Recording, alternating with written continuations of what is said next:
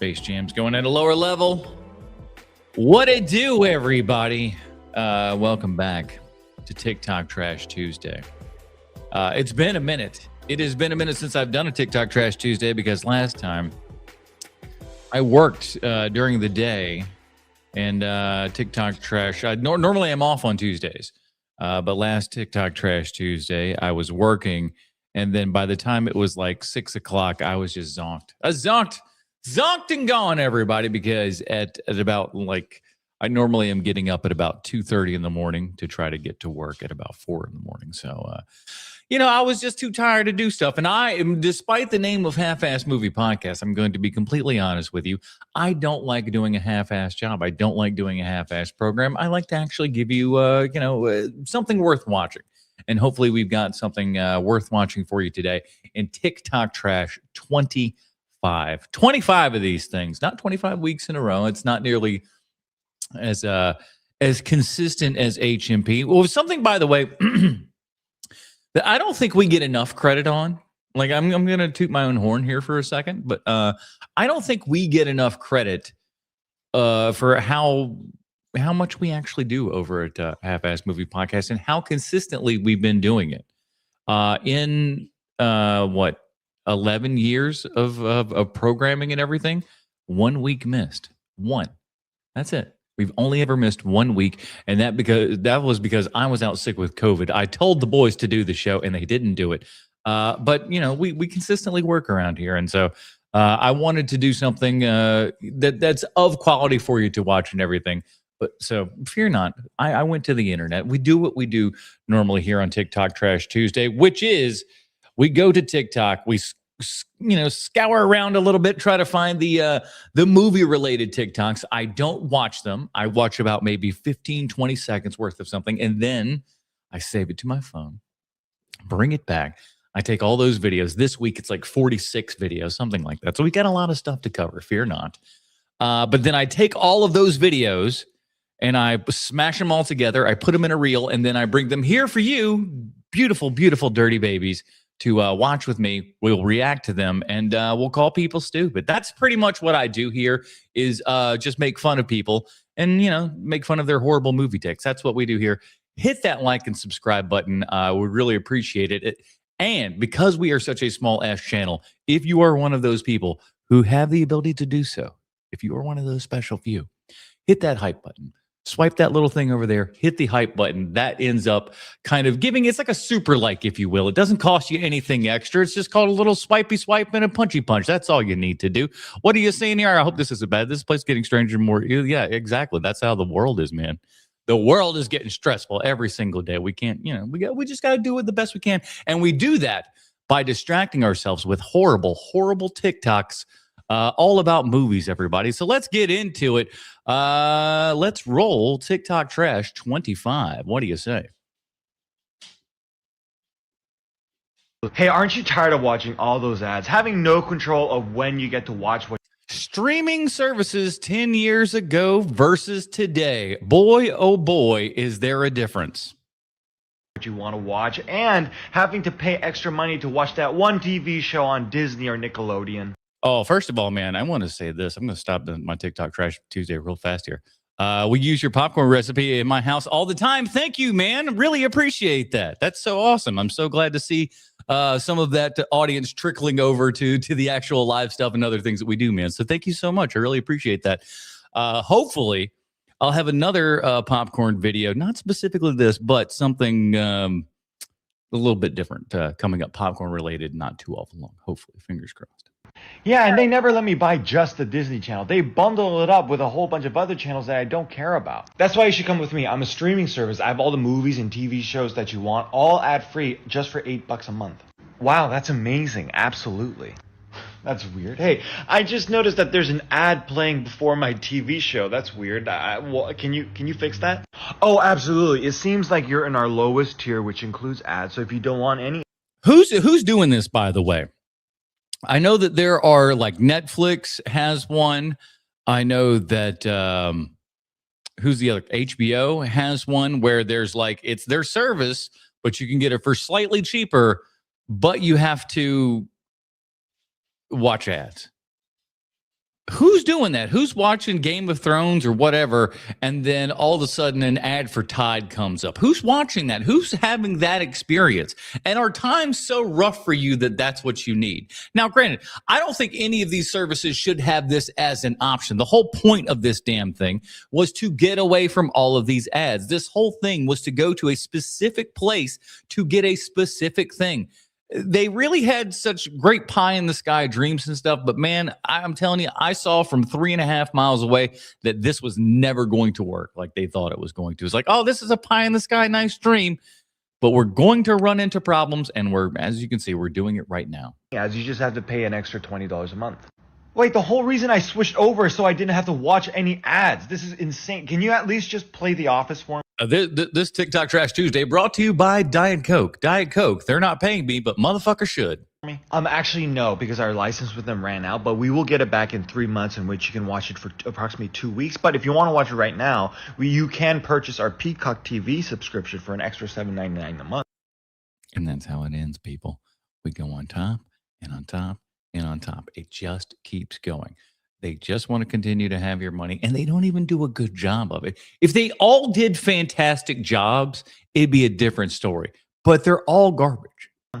So I switched over from cable so I didn't have to watch ads, so I can watch the shows whenever I wanted and all at one place. But now you have ads, don't have any of the shows that I want, and it can't even choose when to watch the shows that I want.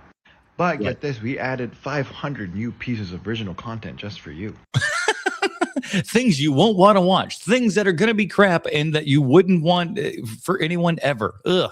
No, you did that so you didn't have to pay the expensive licensing fees to the shows that we actually want to watch. Ding, ding, ding, ding, ding. This was the history of Netflix, everybody. Netflix had to go through and license all these things. Netflix themselves, still not a profitable company. Don't listen to what anybody tells you. Tell me where the money comes from. You can't. It doesn't exist. It's laundering as far as I'm concerned. Netflix is ridiculous. I haven't had Netflix in months, and I encourage everyone to cancel Netflix. And I promise you this. It will seem like you're missing out. It will seem like, oh, I want to see the new Frankenstein thing. I want to see the new fucking Stranger thing. I'm telling you, after a certain amount of time, you will not care. You will so not care. I was just like, oh man, new Guillermo del Toro film. I'm ready to see this. And there's like, it's on Netflix. I was like, well, I won't be seeing that. And I always like, you'll get Netflix for like a hot second and thinking like, oh, here's what's going to happen. I'm going to get Netflix. And then I'm just going to barrel through all this stuff in a month and just kind of really get to all the, and then you never watch it. Then you never watch anything. And then you're like, well, I'll keep it for another month to try to watch the things. You won't. Cancel it. Cancel your Netflix now. It's a waste of your money. Your shows suck, but they are new and original. That is true. They may suck balls, but all of those shows are new and original. Kind of. Unless you're doing like, Netflix is doing more original stuff. But again, like you said, that's because they don't want to pay anybody any royalties or any money and stuff like that. But even the people that have those things like Star Trek, they're fucking that up left and right. Star Wars, same deal. All the things we loved as kids, gone, just gone. I don't know. There's a rumor going around Twitter right now that Netflix is going to implement 17-day theatrical releases. Everyone wants to kill the theatrical experience. Now, I'm not somebody that's all crazy doom and gloom and one of those people that say that the theater-going experience is going to die. I think in one way, shape, or form, the theatrical movie-going experience will continue to exist. We just, at least for some time, may not be doing it in the same measure that we always have been. It'll be a little more of a specialty kind of thing. But I think part of the problem is we've talked about it tons on this show, is just the amount of money that it costs for people to go out to the movies. And like the risk reward is just not there these days for most people, because the majority of things that Hollywood are putting out are mid to garbage. With all the Warner Brothers titles, and it would kill the theatrical business. Yeah. My name's Joe Russo. I make movies. Let me talk to you about why it might be a little too soon to hit the panic button. I've had several people reach out to me and ask me for my thoughts on this issue. I'll ask you, Joe, what do you think? So here they are. Is it entirely possible that Netflix could release movies for only 17 days? Sure. Do I think it's going to happen personally? No, I do not. There are two things that you should keep in mind. The first is Netflix had a really, really stellar 2025 when it comes to theatrical experiments. When they dropped K-pop Demon Hunters in the theaters, they made boku bucks. And they just made But I think you used the wrong word there. It's buku, but okay.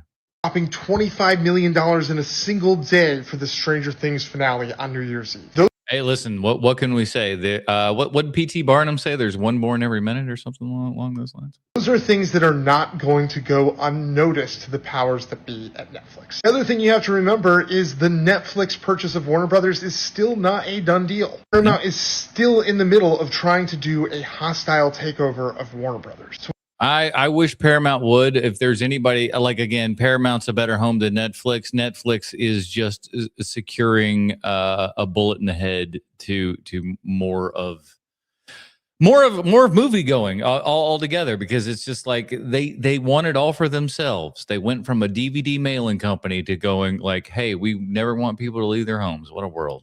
when I see a quote from an anonymous source in Deadline about what exactly Netflix plans to do, knowing how much misinformation was in the trades during the strike, I kind of take this with a grain of salt. And I know with the negotiating cycle coming up, people are hoping the unions will be able to do something about this. When have the unions done anything? Gotcha. Unions exist to protect workers. They don't necessarily exist. They also exist to line their own pockets with money as long as they can from as many members as they can. And because that's money in their pocket. This to dictate how and where and why a studio releases its product. So while I don't see the unions being the savior in this issue, I do just think theatrical trends being on an upswing will be the driver of this decision. If the economics make sense, Netflix will keep movies in theaters longer than 17 days. I mean, they can for sure, but will they? And what? I don't know. I don't know what Netflix's thought process is with 99% of the things that they do. What's next? It's astonishing to me that Andy Serkis does not have an Oscar. It is astonishing. I remember being a kid buying Lord of the Rings and learning about Weta and what Andy Serkis was doing back then, which was called motion capture at the time, if I had that right. And obviously performance capture. It's become more and more performance capture because, and I said this before. I think it was performance capture with Andy. Okay. I think like you got to remember Andy. It's astonishing to me that Andy Serkis does not have an Oscar. It is astonishing. I mean, it's it's going to be tough for them to actually go through and in the brains of the olds that are in the academy there and everything. It's going to be difficult for them to understand that like Gollum's performance is Andy Serkis's performance. Like it is. That role is not as good without Andy Serkis. I mean, the animators animated, but they used his face. They used his expressions and stuff. They modeled everything. It was Andy Serkis, and he brings that gravitas to those roles. And we forget, all of his work in Planet of the Apes, the new Planet of the Apes movies, because it's so good, you forget that it's him doing it. That's how good the man is.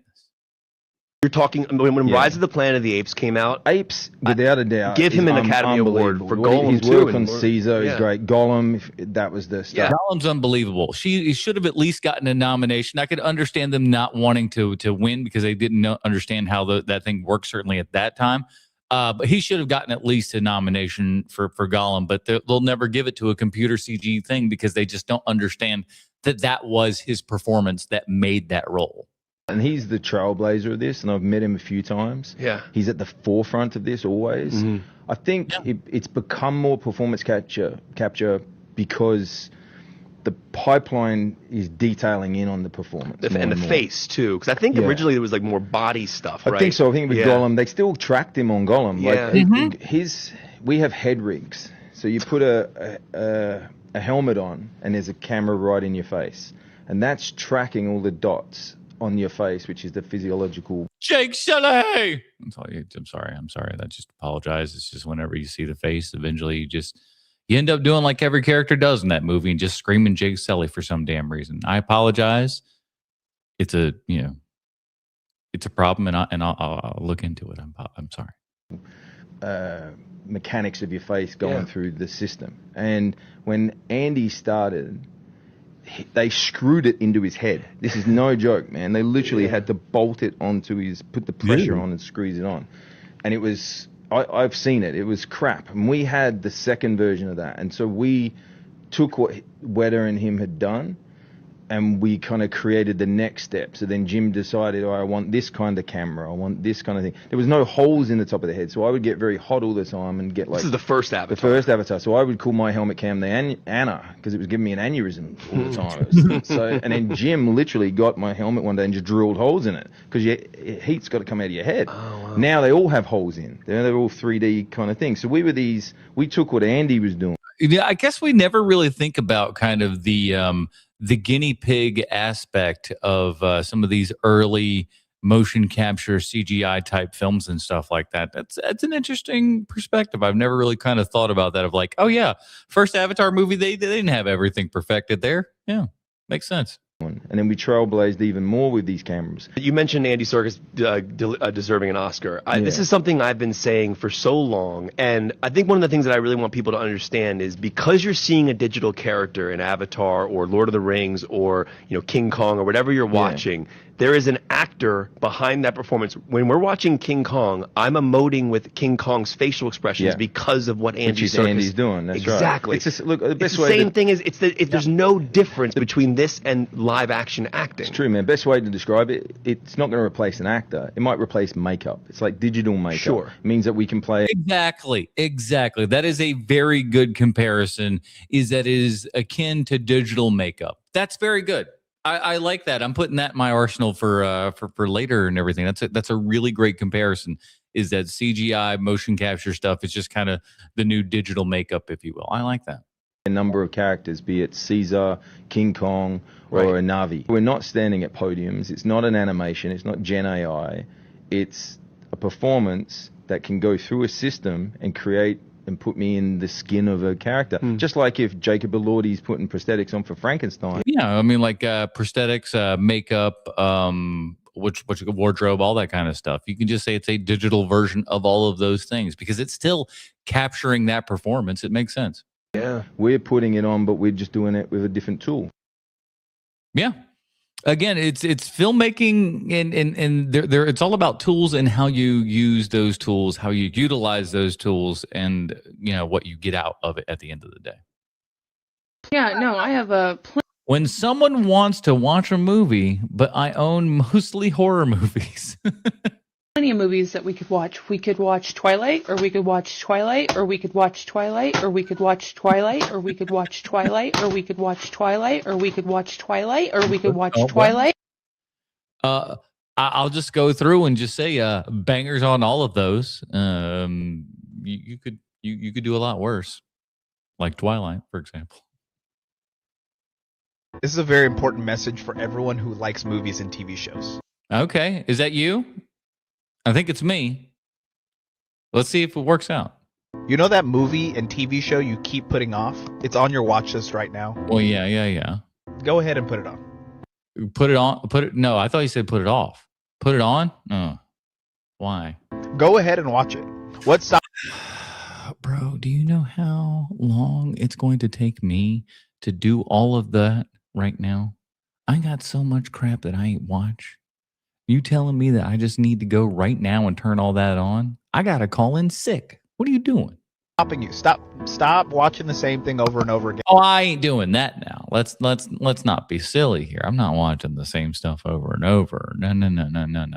And watch that new thing. It's been on your watch list for months. This you know what? This video isn't for me. This video is for you. He's talking to you. He's not talking to me. I put off watching movies because I buy too many, stuff like that. You put them off because you like he said, you watch the same stuff over and over. He's talking to you. He's not talking to me. Years, maybe. Watch it today. What are you waiting for? Do it today. What are you waiting for? Watch it right now. Watch it. Man, stop bullying me, man. No, hey, I'm not.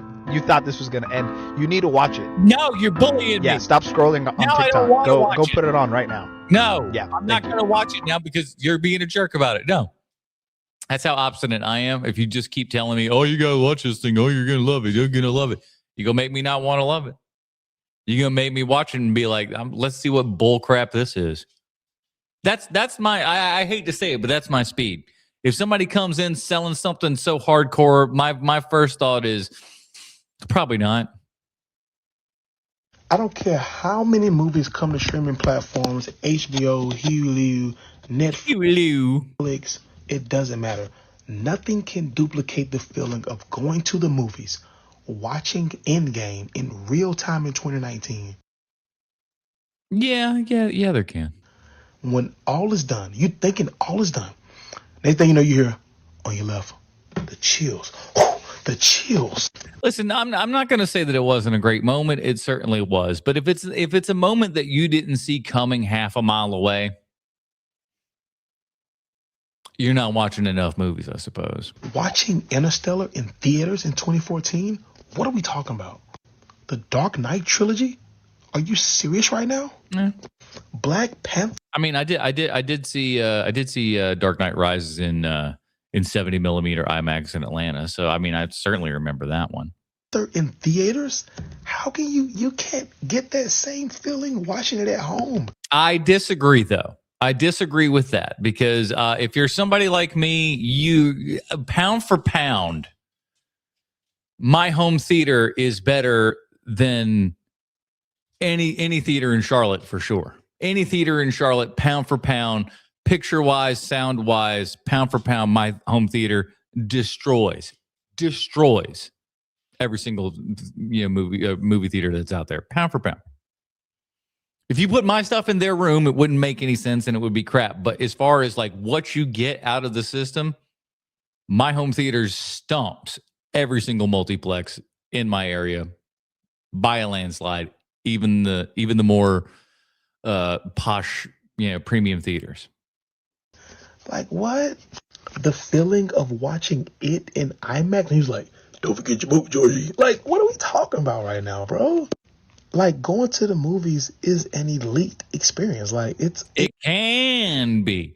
It can be. And we're going to be talking about, Matt, I'm glad that you're here, buddy, because we are going to be talking about that movie-going experience and how it might be going bad for some people. Ooh, that's a teaser. That's a teaser. Hit that like and subscribe button, you sons of bitches. It's top 2 in name, too. Especially when you at AMC A-list. Just not for nothing, but AMC A-listers, and I've been one, so don't get it twisted. I've been at AMC A-list, the top of the top one for quite some time. I certainly on the year that I don't know. I forget what year I had that one on, but there were tons. But some of y'all act like AMC Stubs is some hot shit. It's just like it Regal Unlimited. It's all kind of the same thing. Everybody's got this thing of like, ooh, we're the top ones. Like, hey, you're all the same shit, buddy. I'm just saying. And the AMC that's closest to me is a little ratchet. If I'm honest, it's always been a little ratchet, but a little more ratchet today. And when I say that, I really mean it. In as much as a couple of months ago, I came out of a movie and we walked out and there's pop, pop, pop, the gunshots, and I was like, well, maybe it's time to go back inside for a couple of minutes. let the parking lot air out. The movie The Visit is the result of one of the best comeback stories in movies, and love. I agree with this statement wholeheartedly. He's going to get into it, I'm sure. This is where I stopped because like when I'm scrolling through, I see that it's a movie related TikTok to save it. This is where I stopped with this because my God, is this a correct statement? Coming back out, he's going to go in. I'm sure he's going into it. I'm excited. Or hate director M. Night Shyamalan. I think everybody has something to get out of this because I think in some way or another we are all waiting for permission from the world to do something that we want to do that could potentially change our life exponentially for the better. Between about 2009 and 2015 when The Visit came out, M. Night Shyamalan was making movies that he wasn't as passionate about. He was essentially a director for hire on the... I don't know. He seemed to at the time, I remember him talking a very strong game about his love of Avatar. Just saying. I remember him talk about how he was a big fan. So, 2 projects he made during this time: The Last Airbender and After Earth. And After Earth was obviously just a project for Jaden Smith there and everything to look all emo-y, and that movie was the most expensive home movie ever made. Will Smith and his son made a movie with made a home movie with M. Night Shyamalan for millions and millions of dollars. And Will Smith hated his son so much, he said, I'm going to get stuck in the spaceship and you can go on the mission solo. That's how much he hated his son in life, I suppose, where he's just like, I think I'm going to be paralyzed here in the ship. You're going to go on the adventure and get the fuck away from me. And he admits that he's not good at making these kinds of movies, these large-scale blockbuster films. It is not true to his sensibility. No, it was not. He clearly did not know how to direct whatever that was trying to be. As a filmmaker. But after these 2 films, he hadn't had a win in a while. And so a lot of people were losing faith in him. Yeah, it was like he was on the outs. Shyamalan was on the outs, man. Nobody wanted anything to do with him. There was a point, I remember, because I talk about this more often than you would suspect. But when the trailer for the movie Devil came out, the elevator movie, Shyamalan produced that or whatever, right? So, and it came up from the mind of M. Night, from the mind of M. Night Shyamalan or something along those lines. But his name and a reference to him came up, and it elicited actual laughter, audible laughter from the audience when his name came up. M. Night Shyamalan was a joke at this point. Nobody really wanted to make a movie with him anymore. He was having trouble getting a movie off the ground, so he mortgaged his own house and self-funded The Visit himself. Francis Ford Coppola style, baby. He didn't ask anybody's permission. He just went out and made this movie, not knowing if it was going to work out or not. Not for nothing, but like, I'm trying to just do some quick maths here, as it were. Between Sixth Sense and Unbreakable, and he probably had, and The Visit was probably a big enough hit. I'm just saying, I think he's got enough money that like him kind of, doing, mortgaging his house or whatever to do extra stuff. I think that's a little headliney, and not to say that he didn't do it. He probably did. Maybe he had his, financial guy just go like, hey, this is what you ought to, handle right here. I don't know that he would have to because that movie didn't cost any more than $5 million because that's how the Blumhouse rules work, right? So that movie cost $5 million. Let's just say it even cost $8 million. You telling me M. Night Shyamalan ain't got $8 million in the bank? I know he do. And when he showed it to a bunch of studios, they all passed on it. Nobody wanted to buy this movie. He went home after that feeling defeated, and his youngest daughter wanted to do a puzzle with him. It was a 1,000-piece puzzle, and they were spending hours finding just a few pieces. And he was like, this is impossible.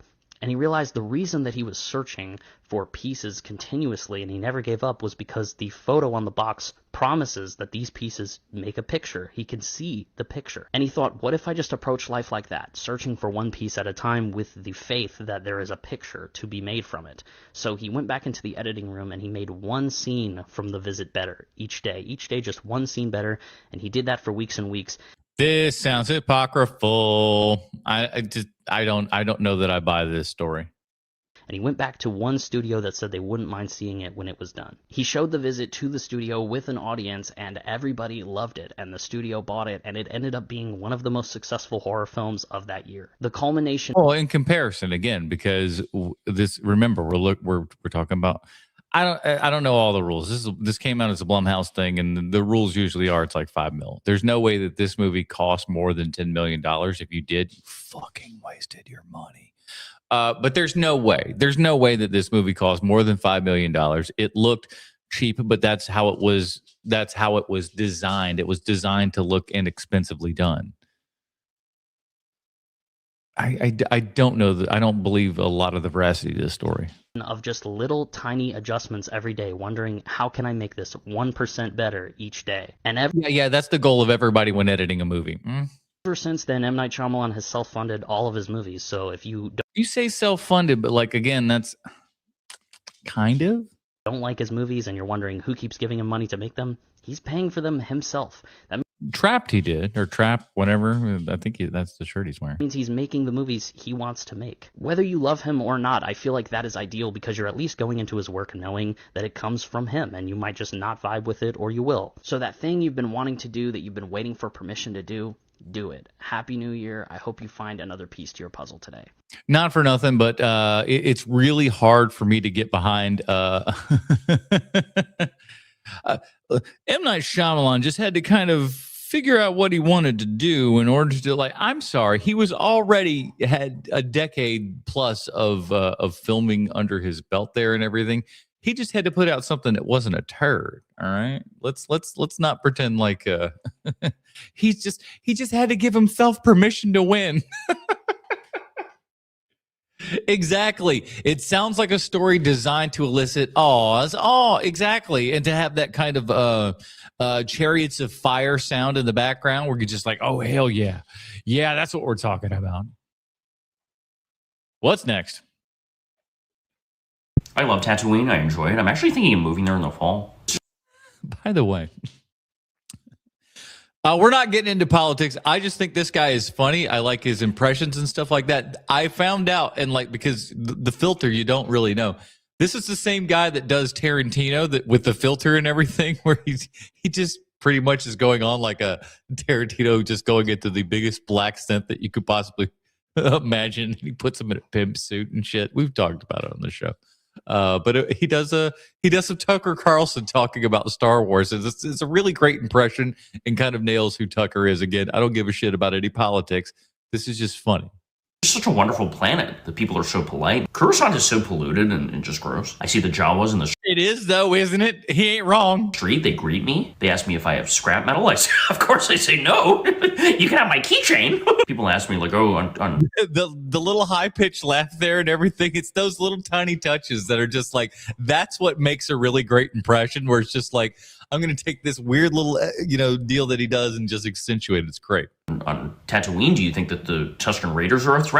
I'm like, I met two of them. They're okay. I met one of them while he was shooting at a pod race. It's none of my business, though. They're loud. I spoke to Jabba. He's a complicated figure. I will admit, I'm not a huge fan, but... Yeah, I talked to Jabba, sure.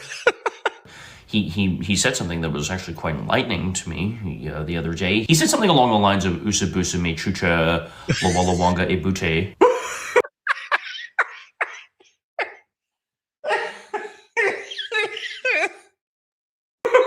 And what do you think about it? He's right.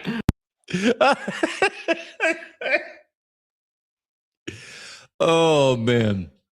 I have no want to watch Tucker Carlson, but I would watch Tucker Carlson if it was that. If it was that, I'd watch that for sure. Holy shit, that's funny. Apparently, the Russo brothers... Oh, fucking hell. What's going on here? Give me a break. They share... Ugh, give me a sec. Let's see who's... Female celebrities who everybody... I don't know what happened. We skipped one for a second. Hold on. Jesus Christ. What's happening? What is happening? Things are falling apart. Here it is. All right. Jesus Christ. What do you think about it? He's right. All right. What's next? Jeez. Apparently, the Russo Okay, so I suppose it's my file that's fucked up, but we'll see if we can get through it. brothers, they shared a new video of, let's say, fans in Jesus Christ. quotation marks. All right, we're skipping this. in my book. It's almost the same thing with LeBron James. Like if you just came out and said LeBron James, Female celebrities who aren't as hot as you think. Why did I save this one? I don't know. Let's find out. is a great basketball player, I'd be like, yeah, you know what? F***ing A right. He's a great basketball player. But that's not what people say. They say he's the GOAT. He's the GOAT. All right. I listen. All right. Restart. Holy shit. Horror movies are the only thing consistently making money right now. Why is that? I'll tell you. Wait. That's interesting. Let's see. Wait for it. People ask me, how did you get into horror? I didn't get into horror. Horror got into me. It was the first movie I ever did. Hey, man, you can report horror to your local authorities, okay? You don't have to sit by and idly, just worry your life away because horror decided to take advantage of you. Now, I'm going to be honest with you. There's a bit of a statute of limitations going on. So if indeed horror does do that to you, report it. Report it as quickly as you can. Your life may be in danger. And it was called People Under the Stairs. Hell yeah! Directed by Wes Craven. I did the job, moved on, and started to do other jobs. But then Facebook happened. And I had a ton of friend requests. A friend of mine said, dude, those are your fans. And I said, absolutely not. So I accepted all the friends. This is back in like 2009. And yes, they were all fans of Roach and all wanted me to come out to horror conventions. Now, I had done other horror movies in the 90s, but then I got into the horror world while going to conventions, meeting all the people in the horror community. And I learned exactly why they are the only thing that are selling. Because horror people are bananas. Horror people are nuts, right? There are no other genres out there where people will just blindly go see the movie. Horror fans are like that. Horror fans go, is it a horror movie? I'm going. There's no action fan out there that goes, I don't give a damn what it is. If it's an action film, I'm going to go see it. There's no large group of people that's doing that. There's no large group of people that are going like, man, if it's a drama, I'm going to see it. No, it doesn't exist because people pick and choose. They define, what their particular tastes are within a specific genre, and that's kind of where they end up sticking. Horror people do not give a damn. Highbrow, lowbrow, it doesn't matter. Artsy fartsy, who gives a damn? Throw it all in there and see what pans out. That's what's cool about horror fans, is that they don't give a damn. For example, a couple of months ago, some big stars came out with some movies. Margot Robbie, that came off one of the biggest movies of all time. Who's that again? Oh, I'm sorry. Barbie. In the old days, movie stars with that kind of clout would bring people in seats. But her romantic movie did not, and it tanked. Yeah. Don't get me wrong. I love Margot Robbie, and I am a huge fan of her producing and her proactivity. Her producing, I could give a damn about, if you know.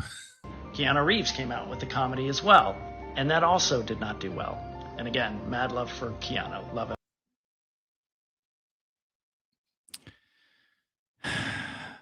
Listen.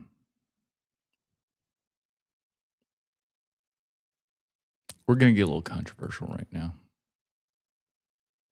And I apologize. And I don't want anybody thinking that this is purposely me just trying to shake some branches and stuff here.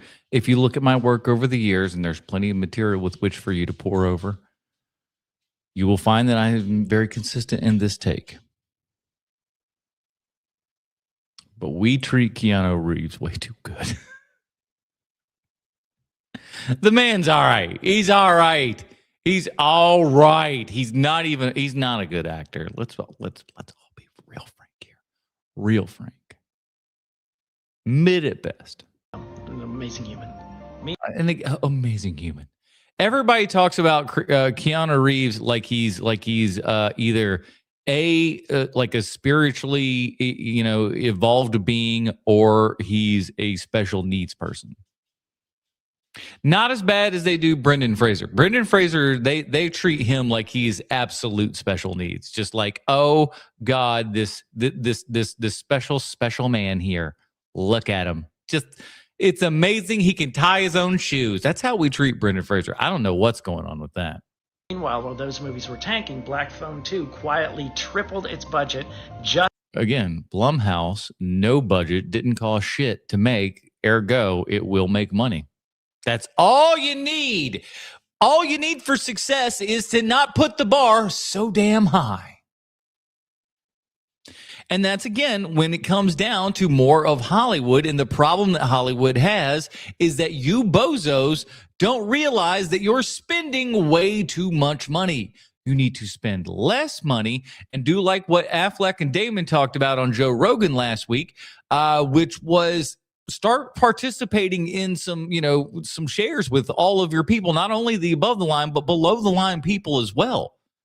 Great podcast. If you want to go listen to like the first, probably 2 hours of Joe Rogan Experience with Damon and Affleck, they talk all about the movie industry and stuff like that. And I think those two guys really do have a good brain around what could possibly help save Hollywood if indeed they got their heads out of their butts. It's unbelievable how much it seems like Hollywood is intent on making just their entire industry not exist anymore. It's bananas. Just in the theatrical release, it'll blow up on streaming. And the answer to why this is happening is because if a studio head went to horror fans and said, I can give you a horror movie a day if you'd like, they would say, bet. What about 3? Exactly. Exactly. They'd be like, give me more of them, please, and thank you. And even if they're crap, they do it and then they move on, bro. The difference is when we see a Keanu Reeves movie or a Margot Robbie movie that isn't that strong, we go, oh, we'll wait for it. But horror fans want to buy the ticket. They want to see horror as soon as possible so they can know what's good, what's not good. They don't wait for streaming. And because Nope. And look.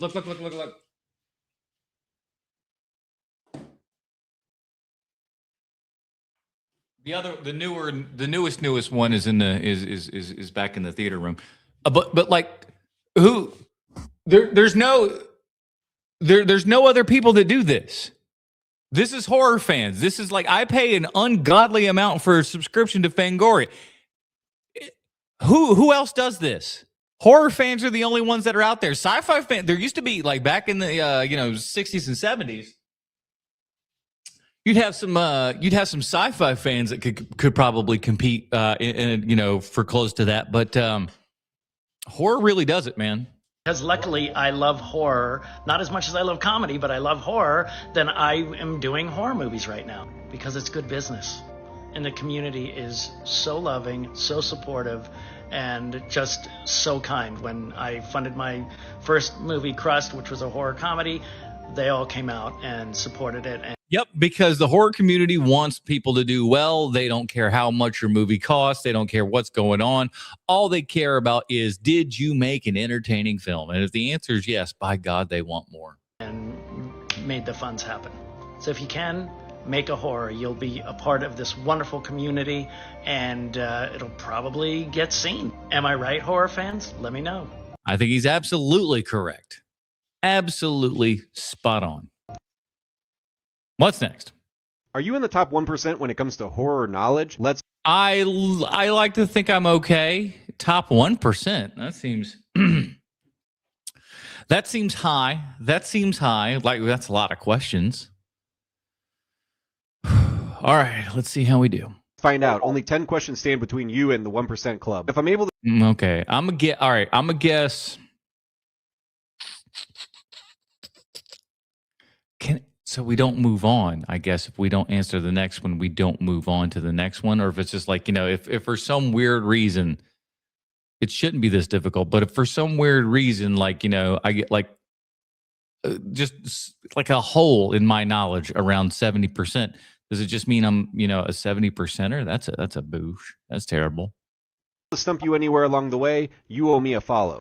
All right. I already follow you, Pat. So you're already good there. But let's see what we got. Question 1. What is the name of Neve Campbell's character in the Scream franchise? Sydney Prescott. Bam! Niece's name is Sydney. So there you go. Hello, Sydney. The answer is Sydney Prescott. Boom! Boom! That's called first and last name, ladies and gentlemen. You're welcome. I'm playing this game, baby. Question 2. There are 2 serial killers in Silence of the Lambs. What are both their names? You got Buffalo Bill, right? And then you've got Hannibal Lecter. Yeah. The answer is Buffalo Bill and Hannibal Lecter.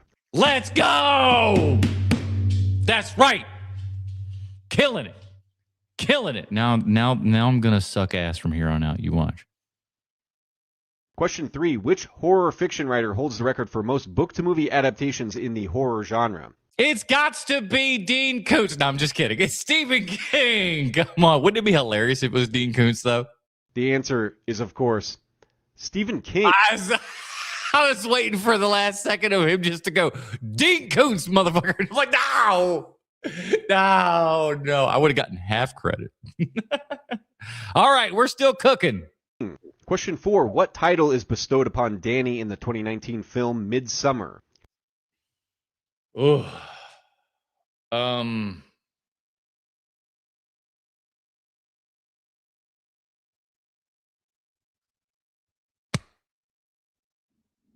right, now we're going to go to chat.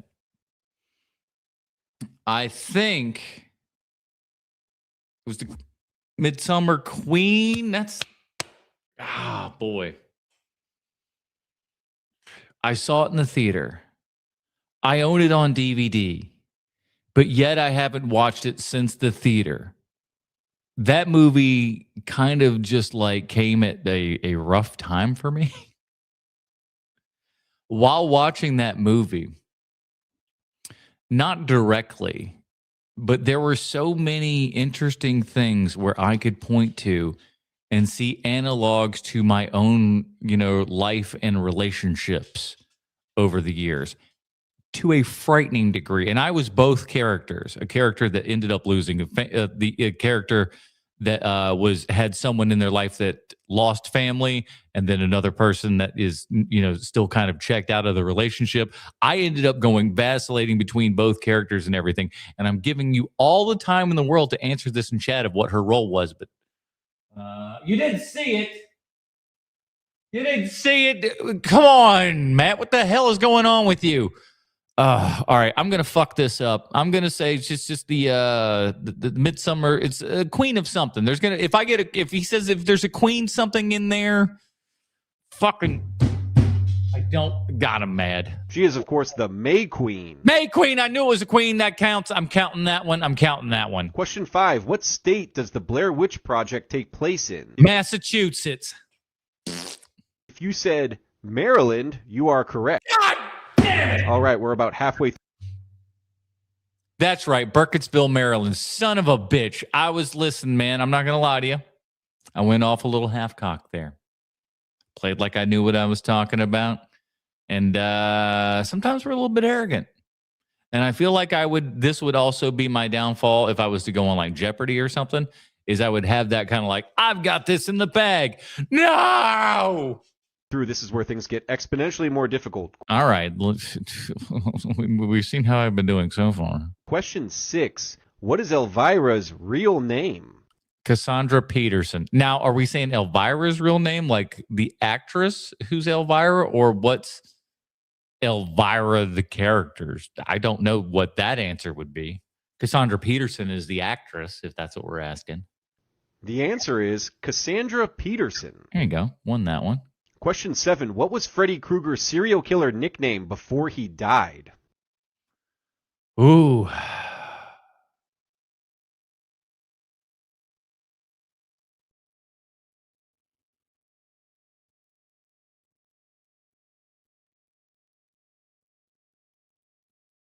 I don't know. What was his nickname before he died? It had to do something with janitor and children, right? Janitor. I don't know, bro. I don't know. He was the Springwood Slasher. No, wow. Did not remember that one. Question 8. What is the name of the fictional town in Oh, no, listen, there's a delay in the chat here, but Matt, you did get this one, Springfield. Slasher Slayer, close enough. I'm going to count you on that one, bud. I'm going to count you on that one. Jennifer's Body? It takes place in Devil's Kettle, Minnesota. Question 9. Oh, I didn't hear the question. I'm sorry. But it was about Jennifer's Body, so I wouldn't have gotten it correct anyways. In the 2007 film Vacancy, what is the room number that the main characters are trapped in? Ooh. 8. That would be room number 4. Fuck. It's divisible, right? If you've made it this far, you're one question away from being in the 1% Horror Club. Final question. What was the original title for Friday the 13th? Which is... Oh, he's going to say it and I'm going to be like, oh, I knew that. Also what the original screenplay was tentatively titled as well. I actually really love the original title. The answer is Long Night at Blood Camp. I didn't think it was that.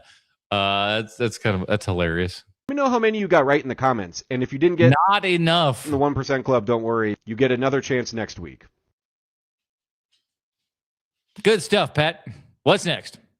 I was always a B film fan. Why B movies rule? Homemade charm and truth with your old buddy, Timmy Burton. I mean, I remember going to the Chinese theater and looking at the history of the Academy Award winners, and I go, nope, never seen that. But I have seen The Brain That Wouldn't Die, and I have seen, biker movies and blaxploitation films, and that's why you can look at the cast. It's a very high-end B movie cast list in a funny way. So those. Man, I'm ready. I'm ready for the next Criterion sale coming up because Pee-wee's Big Adventure is out on 4K Criterion. And let me tell you something, boys and girls. Oh, got to get me one of them.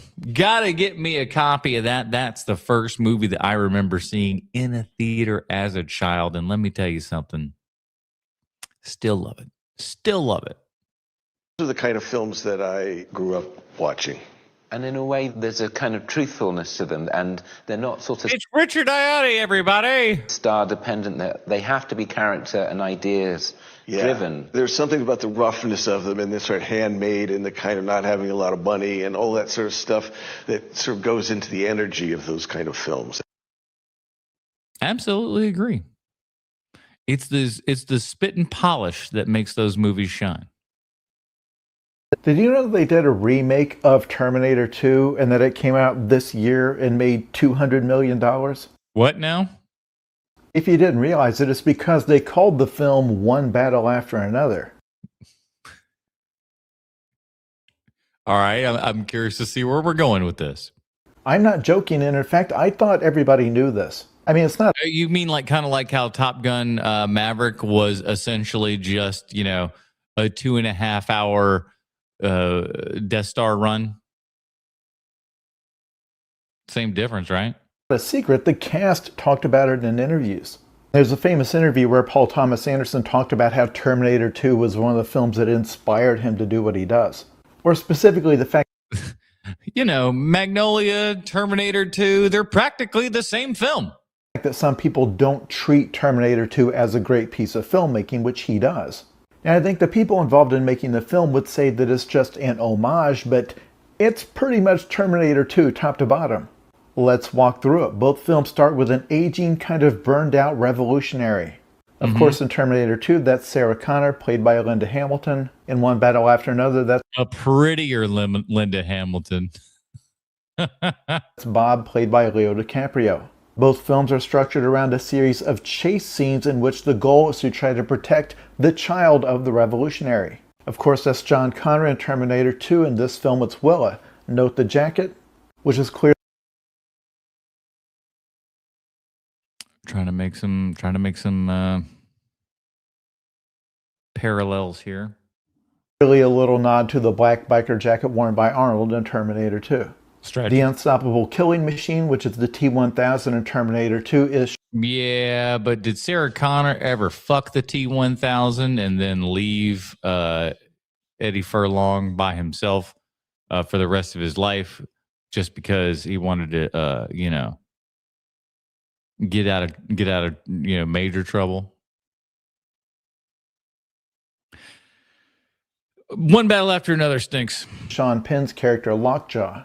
And they even have a scene where he clearly is killed and just gets back up and keeps marching along. The role of Skynet in One Battle After Another is this secretive group of white supremacists. Oh, you mean the plot point that didn't go nowhere and was completely pointless, and then the entire movie just jacks you off for it, like, ugh. And then I'm a slight spoiler, whatever, but like when Sean Penn's character comes there, it's just like, what? Why the theatrics? Why the theatrics? What are you, super villains? Get out of here. Where it's heavily implied that they are in the process of secretly taking over society. They've got tentacles in every level of government and industry. And in fact, at the end of One Battle After Another, it's heavily implied that the child, like in Terminator, is destined to be the revolutionary that... Yeah, exactly. But just like her mom, who left nothing but wanton destruction in her path and everything, and then left her child to be raised by a hapless moron. Her child who came along on account of spoiler alert, kind of takes them down. Arnold Schwarzenegger's role as the protector is played by Benicio del Toro. He's the extremely competent, more level-headed guy who comes in and kind of helps them. And just as in Terminator 2, he sacrifices himself so the heroes can save the future. Just a couple of beers. Now, you may notice that at every single stage, Paul Thomas Anderson is doing the most ridiculous possible adaptation here. Like, instead of a badass warrior mom trying to save her son from an unstoppable killing machine from the future, it's a very dumb and stoned burnout trying to save his daughter from an even dumber man. And where the climax of Terminator 2 culminates in this incredible car chase. The amazing car chase at the end of One Battle After Another is mostly a slapstick affair where characters are missing each other and making mistakes all over the place. If this is the first time you're hearing about this, it's actually fun to go watch One Battle After Another and spot the specific sequences that were repeated. Like this scene where the hero meets with the underground resistance for help getting away. Oh boy. That's when you say, hasta la vista, baby. And how they will always do the most ridiculous possible version of it. Listen, one battle after another is probably going to win an Oscar or two. It shouldn't. It's bloated. It's masturbatory. It's mid. It's the only thing that's worse in Paul Thomas Anderson's catalog is, of course, Inherent Vice. There is a movie theater chain that is now encouraging people to go on their phones during the movie, and Oh boy, this is not going to be the last time we're talking about it this evening, but Alamo Drafthouse fans, listen up. This concerns you. I feel like I live in Crazy Town. It's like, that wasn't even clickbait. The Alamo Drafthouse, which is my theater, by the way, the Fi-Di Alamo Drafthouse, is known for two things. First, full-service meals, burger, a popcorn, a salad, whatever you want. And I used to work in a movie theater that did this exact same thing. It is now leveled to the ground and is just grass at this point. That's the state of the planet that we're in, ladies and gentlemen. But the Draft House was known for being very smart about things, but they are getting controversial for the big time fans. And two, no talking and texting. They would take those orders, though, was you would write down what you wanted on a card, push a button, the waiter would come, pick up the card, and then bring you your food. They are getting rid of that service and now having people order everything online before and during the movie. Craziest part, in the article, it states that they are committed to no talk and no text during the movie. So not to worry about. Fuck that. Turn the brightness up on your phone because you can't see it. It's time to order your nachos. Because that's what you jagoffs will do. In a world where in a perfect world where everyone's not a butthole, this could work. But I've got news for you. Everyone's a butthole. It's going to end badly. It's not good. That, guys, I don't care if someone is texting, scrolling Instagram, or putting on an online order. They're still on their phone. Yep. It's completely against the ethos of the Alamo Drafthouse. Like I've said previously, I think that we should have like many comedy clubs are doing, which is to say that you get your phone and your phone is put into a bag that is locked and sealed and put to a thing, and you come back, you retrieve your phone, and you're off to the races. That's what should happen at movie theaters.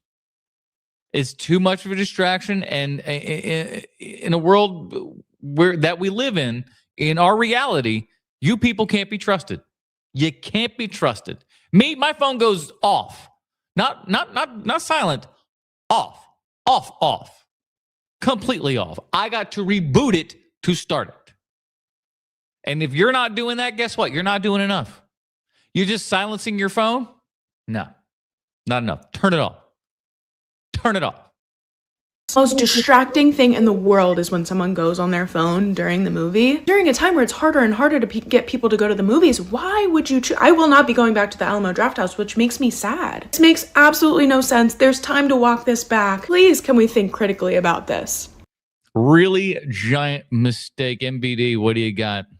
I think this is for people who try to order when the movie has begun and cannot do it, whereas I can write in the dark, many cannot. But like the Alamo Drafthouse that I went to, that in where is it? North Carolina? Is it Raleigh? Is that where I went? I think that's wherever the fuck the closest one to me is. I drove up to that one, and they had like it was like there was a little light. There was a little light that you could absolutely see everything that you were kind of writing down. And that was even during the movie. You could see that on the menu and everything. I don't know. Doesn't make much sense. Get it together, Alamo Drafthouse. I think we might be talking about that at least one more time. We'll see. There's some interesting horror projects that Pat's back recently got announced, scheduled to be released right around the corner. So let's do a quick horror news roundup. All right, let's see what we got here. There's a lot of stuff. I'm always excited for the horror flicks. Most exciting news on the slate: we're getting a new Return of the Living Dead movie. This will be the 6th movie in the franchise and the first, and I'm sure just as good as the last, right? In 20 years. Starring Devon Sawa and Alexander Ward from American Horror Story is cast to bring the Tar Man back to life. Sign me all the way the fuck up. Black Mirror Season 8 will be coming to Netflix soon. Are we still watching Black Mirror? Anybody still watching that show? I watched like that first season and everything, and I was like, oh, that's pretty good. And then it just was kind of like, all right, I feel like I'm kind of done. But honestly, season 7 was a little underwhelming, so hopefully this delivers. Darren Lynn Bousman of Saw franchise fame has a new film called Twisted coming out February 6th, about two millennials running a get-rich-quick scheme until they try to run the scam on the wrong mark. Okay, listen, I'm down for seeing a Darren Lynn Bousman film. One of the few people that graduated from the same film school that I did that actually has gone on to be successful in something. So I kind of always follow that guy. If I would have been a couple years before, I could have been with him. It was a couple years after, there was another guy, but you know, I happened to be in the loser group, starring me. I'm excited. That sounds like something I would be interested in seeing. A Twisted looks good. Indeed. Let's see. Rachel Talalay, director of Freddy's Dead, revealed that she found a long-lost copy of an alternative ending to the film that was shot but never released. It depicts the demons in Freddy's body escaping and finding a new home in a little boy, which is pretty cool, and you can see all the stills on her YouTube channel. Last but certainly not least, we're getting a Burbs reboot set. I will say this. I like this as an idea for the poster because you're recreating the original Burbs poster. Do I think that you're going to have anywhere near the charm and awesomeness that the original Burbs did? No. I haven't even seen a trailer, but I can't possibly think of a reason that this would be good. To release. I listen, other than what's her face there, who's, you know, listening. I'm watching to watch her, I'll tell you that. But outside of that, it's on Peacock on February 8th. This will be an 8-episode series, and usually I would say, oh, it's a series too? Oh, I'm out. No Joe Dante, no care. But honestly, the trailer looks intriguing, and I'm excited to see a more contemporary vision of this story. Don't care. Didn't realize it was a series. Now see, that's nice. It just wipes it off of my slate altogether. I don't even have to. Not only am I not wasting 2 hours, I'm not wasting 8+ hours.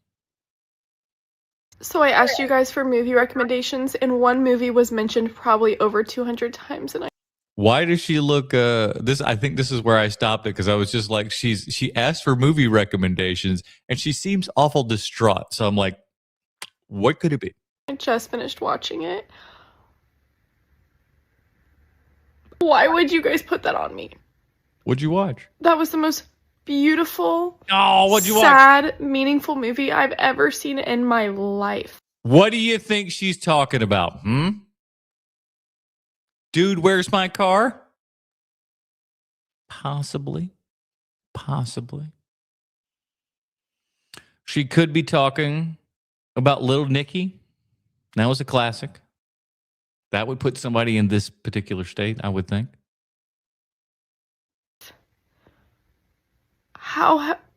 What? What's the movie? Come on. What? Burned. Oh my god. The idea of God. Wait a minute. What the fuck just even happened? That was the most beautiful, sad, meaningful movie I've ever seen in my life.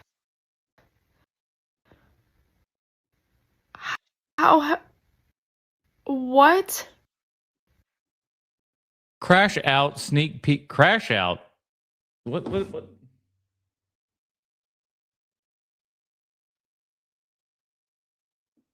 Oh my God.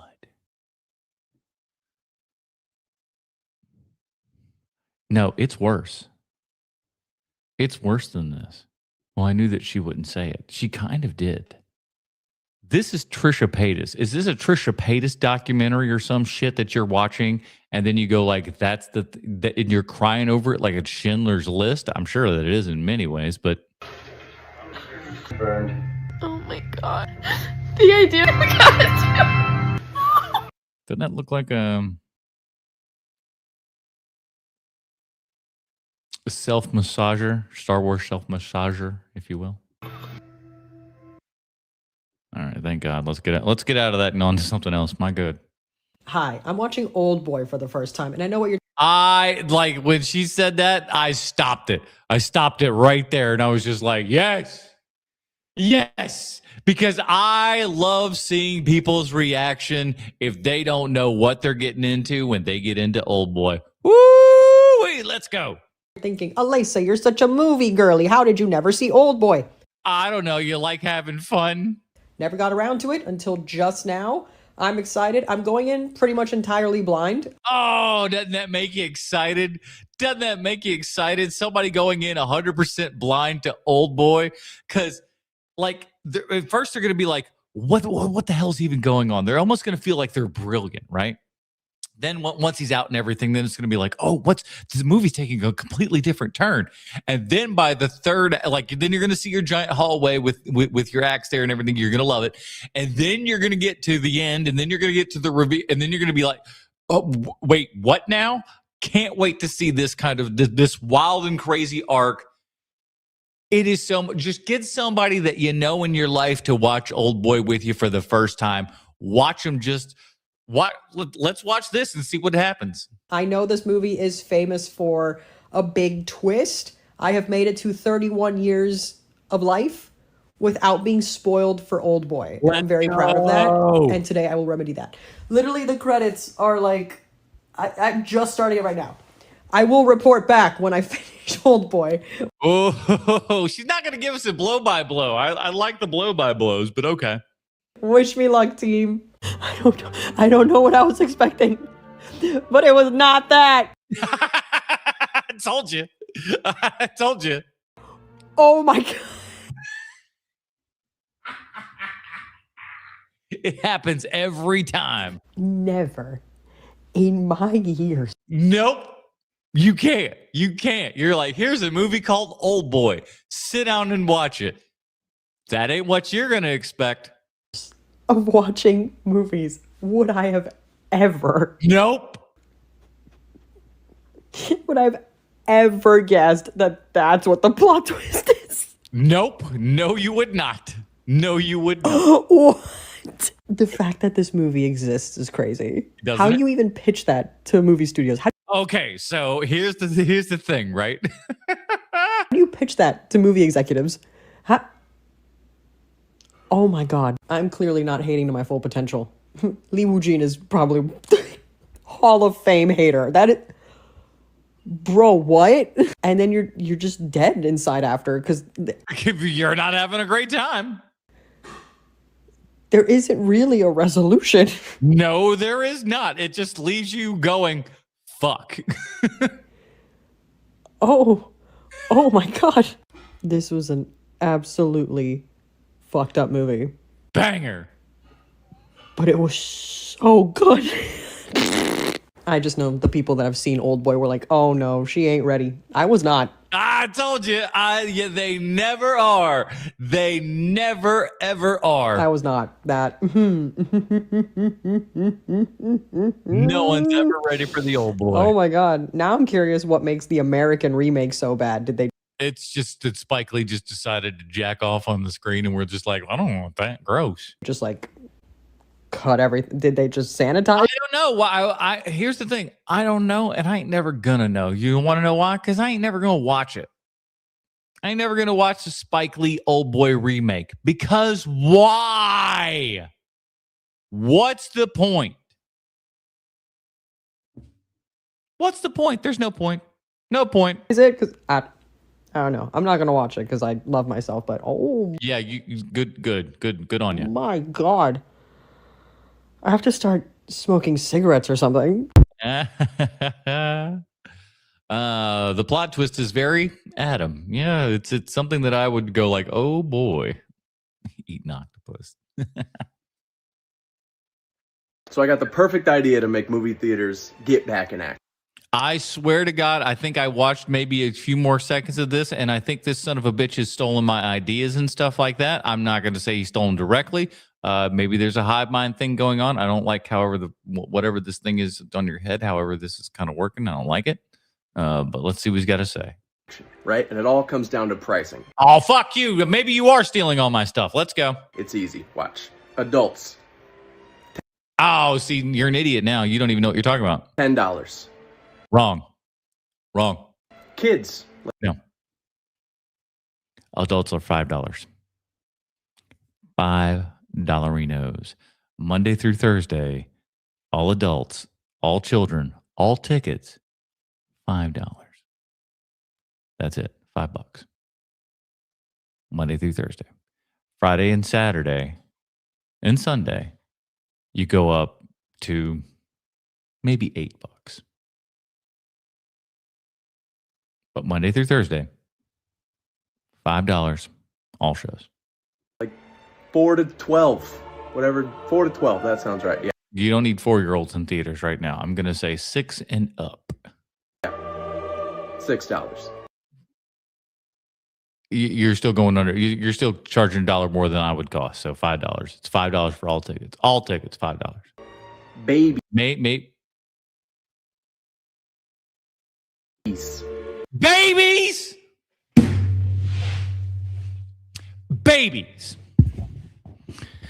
Did this motherfucker just suggest a pricing for babies at a movie theater? For babies. Sir, if this wasn't Jeff Bezos' internet, I would reach through and just...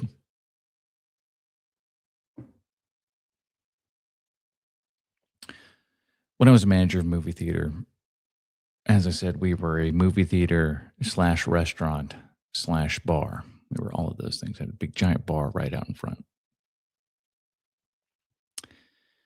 On a Friday evening at 10 p.m., this man and this woman walk in with a baby. And when I say baby, I think a lot of people think I'm talking about a 3-year-old. No. When I say baby, I mean just out of the oven, baby. This baby, you ain't never had a more fresh baby smell than this baby. As far as I'm concerned, they just got out of the hospital there and made a beeline to go see Creed 2 or whatever the fuck it was. But they brought in a baby, a literal baby this big, to a movie at 10 o'clock at night and then got upset when we were like, you can't have this baby in a movie theater. They were like, "Why?" It wasn't even like a little bassinet or anything. It's like a little deal that you can carry. It wasn't even in that. They were raw dogging this baby. They was just holding a little ass baby. It was unbelievable. Babies and young toddlers. $500,000. Okay, it's a joke. Get them the fuck out. Well, great. Get a babysitter. What are we doing? Someone should have got a babysitter for you in that shit joke, my friend. Simpson taught me that babies cost $800. Yeah, see? Exactly. He stole that joke, too. He stole the joke! So you're telling me that you two tough, quiet cowboy types have been traveling out all the way to Brokeback Mountain? Is that what we're going to say? When they say the title in the movie. To a mountain range under the guise of fishing trips for years, all to participate in carnal love without the pressures of a backwards and unforgiving society? This thing is great. It must be some kind of hot tub time. Now see, that's what humor is, you sons of bitches. We thought he was gonna sing and then he's act. That's what's funny, idiot.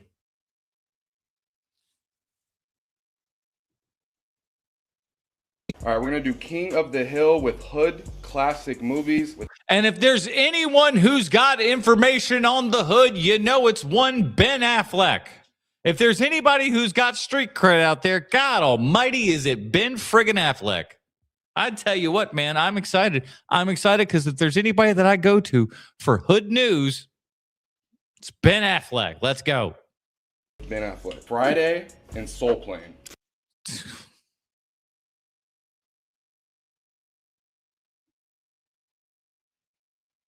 Are we doing a showdown between Friday and Soul Plane?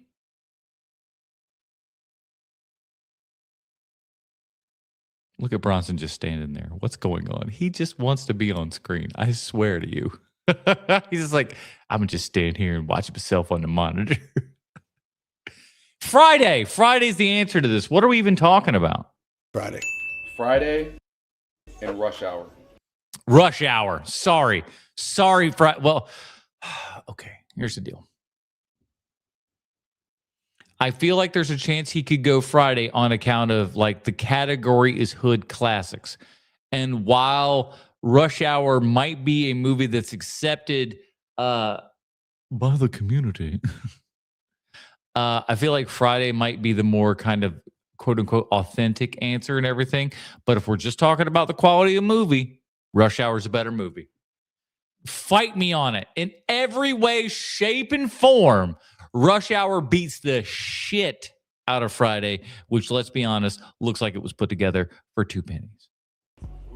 Rush Hour. Yes, correct. Correctamundo. Rush Hour or Coming to America? Gosh, they're so very different. He's going to, just because I know his age bracket here and everything, he's going to say Coming to America, even though I think Rush Hour probably bangs that one out just a little bit. That's me. But I would say Rush Hour, he's probably going to say Coming to America. And Coming to America is a little bit more, that's going to give you a little more street cred than Rush Hour would.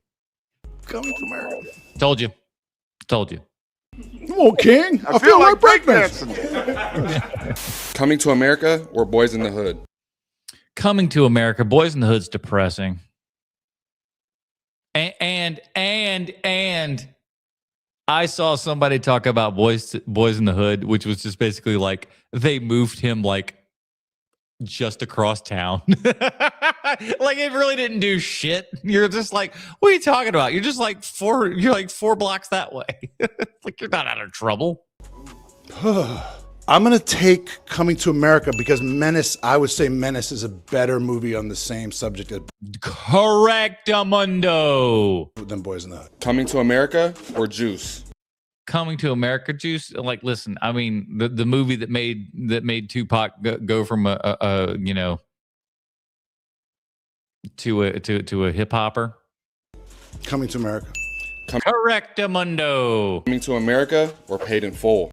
Paid in Full. I don't even know what the fuck that is. It's got no. Coming to America. What even is Paid in Full? I don't even know what that is. Coming to America. Come on now. Coming to America or Belly? Oh man, for whatever reason, I think this poster is why people like Belly, and that it sounds cool. It's a one name thing. Fuck that. It's Coming to America. It's better. Coming to America. You really can't fuck with that movie unless you're exactly very, very elite. Coming to America or Training Day? Oh, now again, very different movies here. Very different movies. I mean, different movies, man. You know, like Denzel's great in Training Day, but as a movie, Coming to America, I think. I mean, it's really different, but yeah, Coming to America. I think Coming to America or Menace to Society? Ooh, because he mentioned Menace to Society earlier.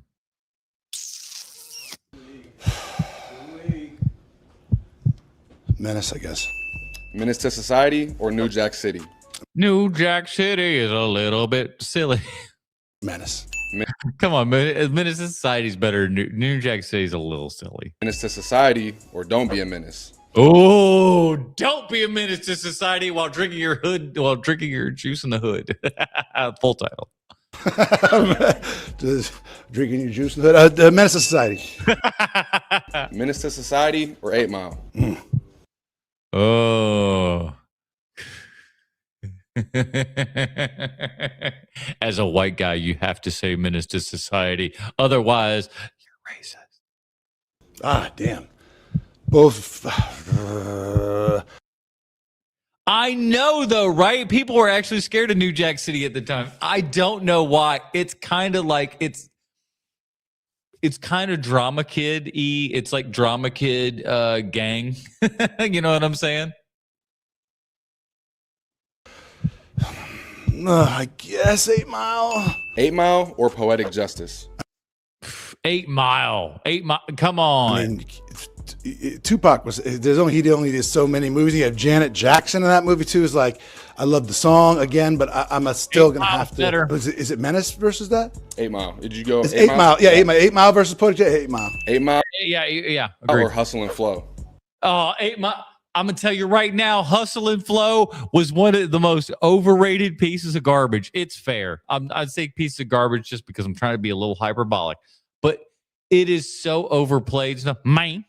It's overplayed, man. 8 Mile. Hustle and Flow is fucking good too, and Terrence is great, but I think probably 8 Mile. 8 Mile. Right. You're picking such good ones, but it's hard to like. 8 Mile or American Gangster? American Gangster. American Gangster, come on. American Gangster's way better. Come on, Ridley Scott. Maybe American Gangster. I mean, you come on, Ridley Scott, buddy. Denzel, that was peak Denzel, Ridley Scott, get out of here, bro. Denzel. American Gangster or Dead Presidents? American Gangster. different style, but Dead President's more groundbreaking. But American Gangster as a film, Better I guess, film. probably Better film. American Gangster. American Gangster or Blood In, Blood Out? American Gangster. American Gangster. Yep. Agreed. I tell you what, the more I see, the more I believe Ben Affleck and I would be best of buddies, man.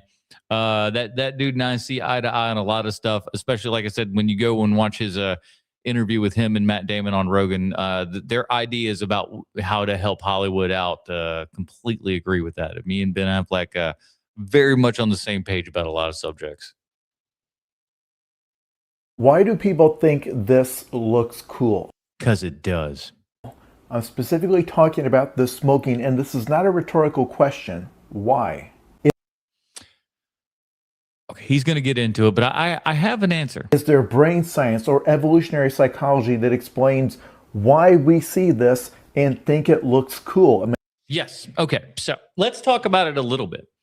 I believe it was Roger Ebert, almost 99.999% that this was Roger Ebert. Roger Ebert said he was somebody who absolutely hated smoking, didn't like smoking, and as far as he was concerned, wishes no one smoked ever except for on film, because he agreed that something about smoking in celluloid, at the time, celluloid, of course, that there is a magic between those two things, because it's unpredictable where smoke is going, how smoke will behave.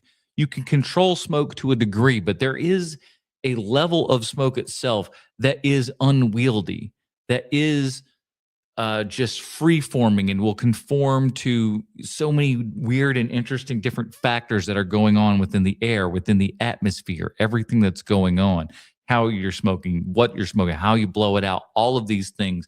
The atmosphere that's in here, the lighting, how everything works. There's so many different things that are at play.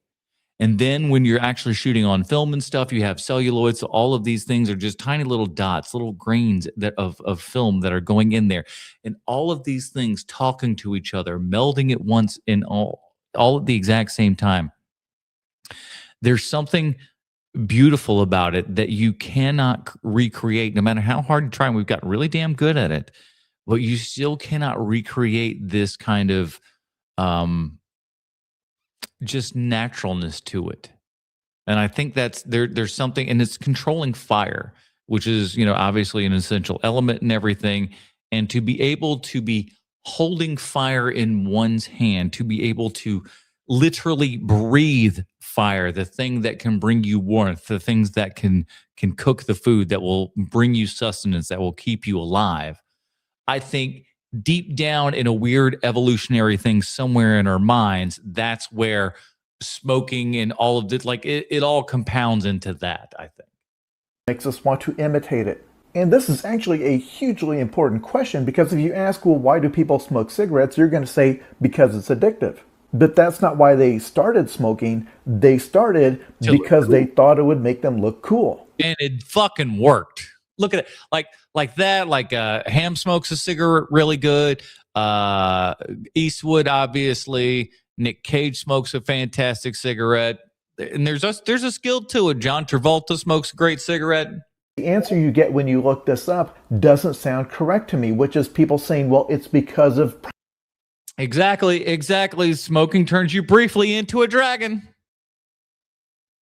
Propaganda from tobacco companies. They ran ads for decades with beautiful models holding cigarettes or handsome cowboys. And they'll say Hollywood has been pushing this from the beginning, making cigarette smoking look glamorous. But it looked cool. It looks cool. It's an interesting, like I said, there's the controlling of an element. There is the self-reflection that one gets when taking like a smoke break and stuff, to where you're stopping your day, you're taking deep breaths, you're, blowing those out and everything. The carcinogens fuck with your brain a little bit. You're having a time.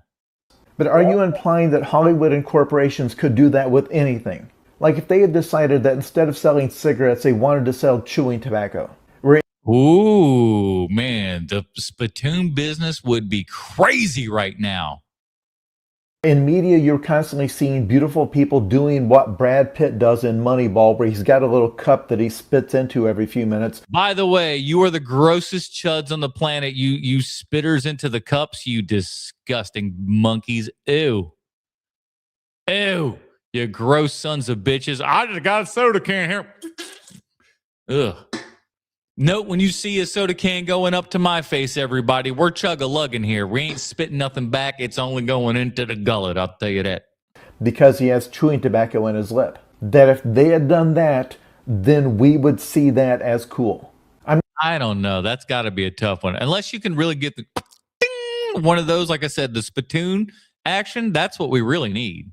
I'm not just bringing this up at random. This has been in the headlines recently because... It is true. That's true. We've seen people smoking again. It's kind of been nice. Because celebrities are making smoking cigarettes cool again. You're suddenly seeing this everywhere. Fuck yeah. And as a culture, we just can't get rid of this. People think smoking looks really cool. Directors put this in movies for a reason, and it's not because they were paid by a tobacco company. Or at least that's not primarily why they do it. It looks cool. It looks cool. It photographs well. It elicits emotions and thoughts and stuff about characters and stuff now. And I don't think people understand this. They've also gotten so fucking stupid about it and everything, to where they won't even let villains smoke. Because like Wolverine, for example, Wolverine constantly smoking on a cigar and everything, which I always thought was a very cool aspect to it. Because again, and even as a child, I understood that Wolverine can smoke because he has a mutant healing factor, and he'll never get cancer. He'll never get emphysema because his body heals. You understood even as a small child, hey, smoking is wrong, but this guy can smoke because he has a healing factor. It doesn't hurt him. Otherwise, a bad person could be smoking all the time. French whore? A French whore should be smoking. If she's not, is she even a French whore? Cigarettes show up in photo shoots and movies and TV shows because it enhances the attractiveness of the actors doing it. I think some of you are going to say that Look at that. Look at it. Look how fucking cool James Dean looks with that cigarette in his mouth. That looks cool. it is a symbol of youth rebellion, and we see rebelliousness as cool. Hell but yeah. it's only rebellious if you see cigarettes as dangerous, and that's true. If your grandma's smoking, Newports, that hasn't always been the case. There is something about this that just lights up people's brains that wouldn't happen if you replaced us with, say, a lollipop. Yeah, but at the same time, too, though, like it's that nicotine hit, too, that when you get that nicotine, like it go, oh, like nicotine. I'm sorry, as far as I'm concerned, nicotine is is more of a brain swapper than marijuana is, because that's like I take a smoke of a cigarette and I'm like, whoa. Or even a cigar. If you have a theory, please share it. You just heard my theory. It was a big one. It was a long one. And that's what we got. All right. Speaking of which, let's take a quick one here because I am going to, let's see. I'm going to take a quick break here, take the dog out to walk because he's kind of bugging me for all of that. So we're going to take a quick break here, and then we're going to come back for the second half of TikTok Trash Tuesday. We'll be right back here, everybody. Give me 1 second to hit all the fucking buttons. There's so many buttons to hit. All right, be right back.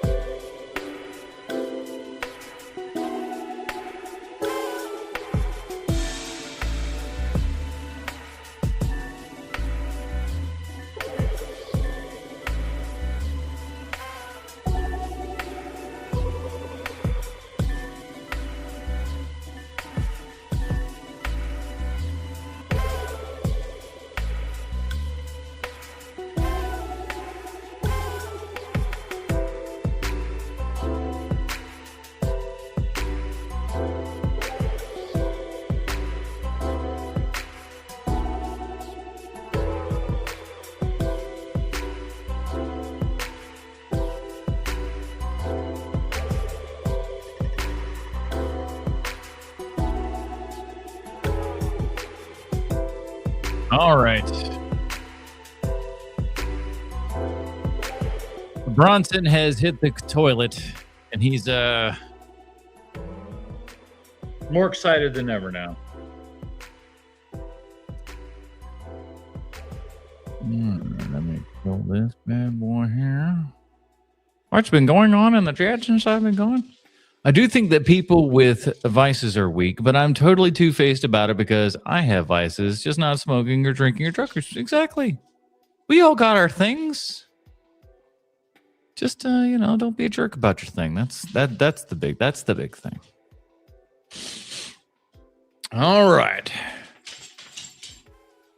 Speaking of vices, here's another one of mine. Calorie-free drinks. That's right, everybody. Mountain Dew Zero is just as good as water. If anyone tells you otherwise, you punch them right in the face. All right, let's go. Let's jump back in. If you've ever been to an Alamo Draft House or you know what they are, you'll know they're known for something. They have the most strict no talking, no texting policy out of any movie theater chain in the country. They offer clever PSAs before the movie starts. One in particular that's been around for a decade and a half now. Magnanimous States of America. You can tell the lady that made this telephone call was she had a couple before she came into the Alamo Draft House. And then when she was in there, then she got really, really mad. And she left voicemail. Talk about it, she's really mad. Right? Okay? Assholes. Now actually had them play a voice message from a bitter. Oh, it was so deliciously good. Entitled angry customer. I hope he plays some of them. Who was kicked out for being disruptive. They're also a theater chain. Oh, come on. That offers food and beverage. And they have a very effective way of allowing customers to order while the movie is playing without being disruptive. It involves little sheets of paper and a pen on every table at every seat. If you happen to need something while the movie plays, you write it down, put your card up, press a button, they'll come take care of you. It's worked for years and years, but now it seems they want to rearrange their protocol. Recently, they added QR codes on each table. It allows you to order with your phone, but you're only able to do that before the movie starts and during the trailers. Once the movie begins, it's back to pen and paper. Now it seems they want to allow QR phone ordering during the whole movie. Yeah, that's where the problem lies. I'm fine with it all the way up until perfect, where before the movie starts and everything, you've got your QR code and you can essentially just send that to the kitchen printer and then they bring back your stuff to you. Beautiful. But after the movie starts, it's back to hitting that pen, boy. There's another article that came around. I'm still trying to figure out how valid it is. That apparently one of those with the new ownership under Sony just wants to ease their policy with phones. And all I have to say that is this. You are going to lose your most loyal customer base. People who for years have been going out of their way to go see a movie at your theater because they know they're going to get an experience without. Exactly. That's why they would go. They would make specific choices to go to a place that has a distraction-free environment. Yes. Disruptions. Because they know they're going to be sitting in a theater with people who value seeing the movie as much as they do.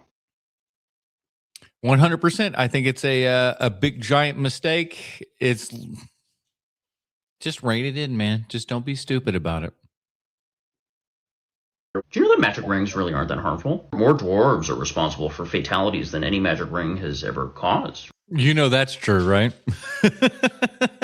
When you think about it, there's really not that many magic rings to begin with. 9 were given to men, and then another 7 were given to dwarves. There were really only like 20, and then Sauron created 1, and everyone caused a big fuss. You know, I have many friends in the dwarf community, but for the most part, I really don't trust them. They live alone. Nah, bro, you can't be trusting dwarves. I feel like dwarves are a little shifty. On a mountain, and you ever notice that the dwarves, they don't like the dragons. Like they're afraid of flying monsters, but everyone that I've ever known has come at me with an axe on a drunken night. What are they? Have you ever seen a dwarf woman or even a dwarf child? What they said it there in the movies, like even the women got beards. Gandalf as well. I met Gandalf on many occasions. I don't trust him. He smokes way too much of the long bottom leaf, and that's another thing. If you look at statistics, long bottom leaf is way more dangerous than any magic ring has ever become. It's way more addictive. There's pictures of Gandalf and Bilbo just smoking it on a hill. Gandalf smokes it so much that he knows tricks. Blow his smoke goes into a big ship. Where's that ship going? Who's that ship transporting? Is it coming to Middle Earth? Is it leaving? How many young hobbits have gone missing? Where's that ship going? We have the Criterions first, followed by the regular Blu-rays and the 4Ks after that. Then all the collections are at the bottom, all alphabetized, of course, but, sorry. This must be so boring for you. My name is Esteban, and this is my movie collection. I have a very important question I have to ask you. Do you prefer the Blu-ray or 4K release of John Carpenter's 1982 cinematic masterpiece, The Thing? Why would you like a Blu-ray over a 4K? What are the odds of Blu-ray's gonna be better? Because I have both. Happy Valentine's Day.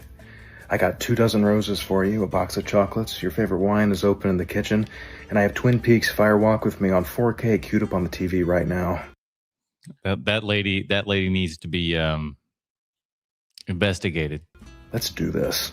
How do you feel about color grading? Thank you so much for sharing that movie with me. I think Greta Gerwig is my new favorite director. Now you know it's a sketch. There's so many amazing movies, I just don't know what to pick. How about you choose tonight? I'll watch anything you want to, even that thing we've seen 100 times. Tonight is about you. Pick a Criterion. Any Criterion. I got about half of those. I've seen. I'm like, I know that's fine. I know that's fine. I know that's fine. Don't do that. Don't do that. No. Stop that. When you get introduced as someone who loves movies and then they immediately crack under pressure. Jay is a big movie guy. Oh, is that so? So you call your... Oh, man. Is when someone puts you in that position and stuff. Now, most of the time, it usually is me. I usually am like, oh, this is fine. And amongst the people that I would be around, it would be like, oh, he is that guy. But like, man, whenever you're not that guy and you're the dumb amongst the other film dudes, first of all, I do like it. I like being not the most smart person about stuff. But boy, oh boy, it can swing either way, that pendulum. Yourself a film bro, huh? No. What is your number one favorite movie? Oh, well, there's this one foreign film called... Actually, Gay! In the 60s, they had this... Gay! Have you guys ever... When... Gay! Okay.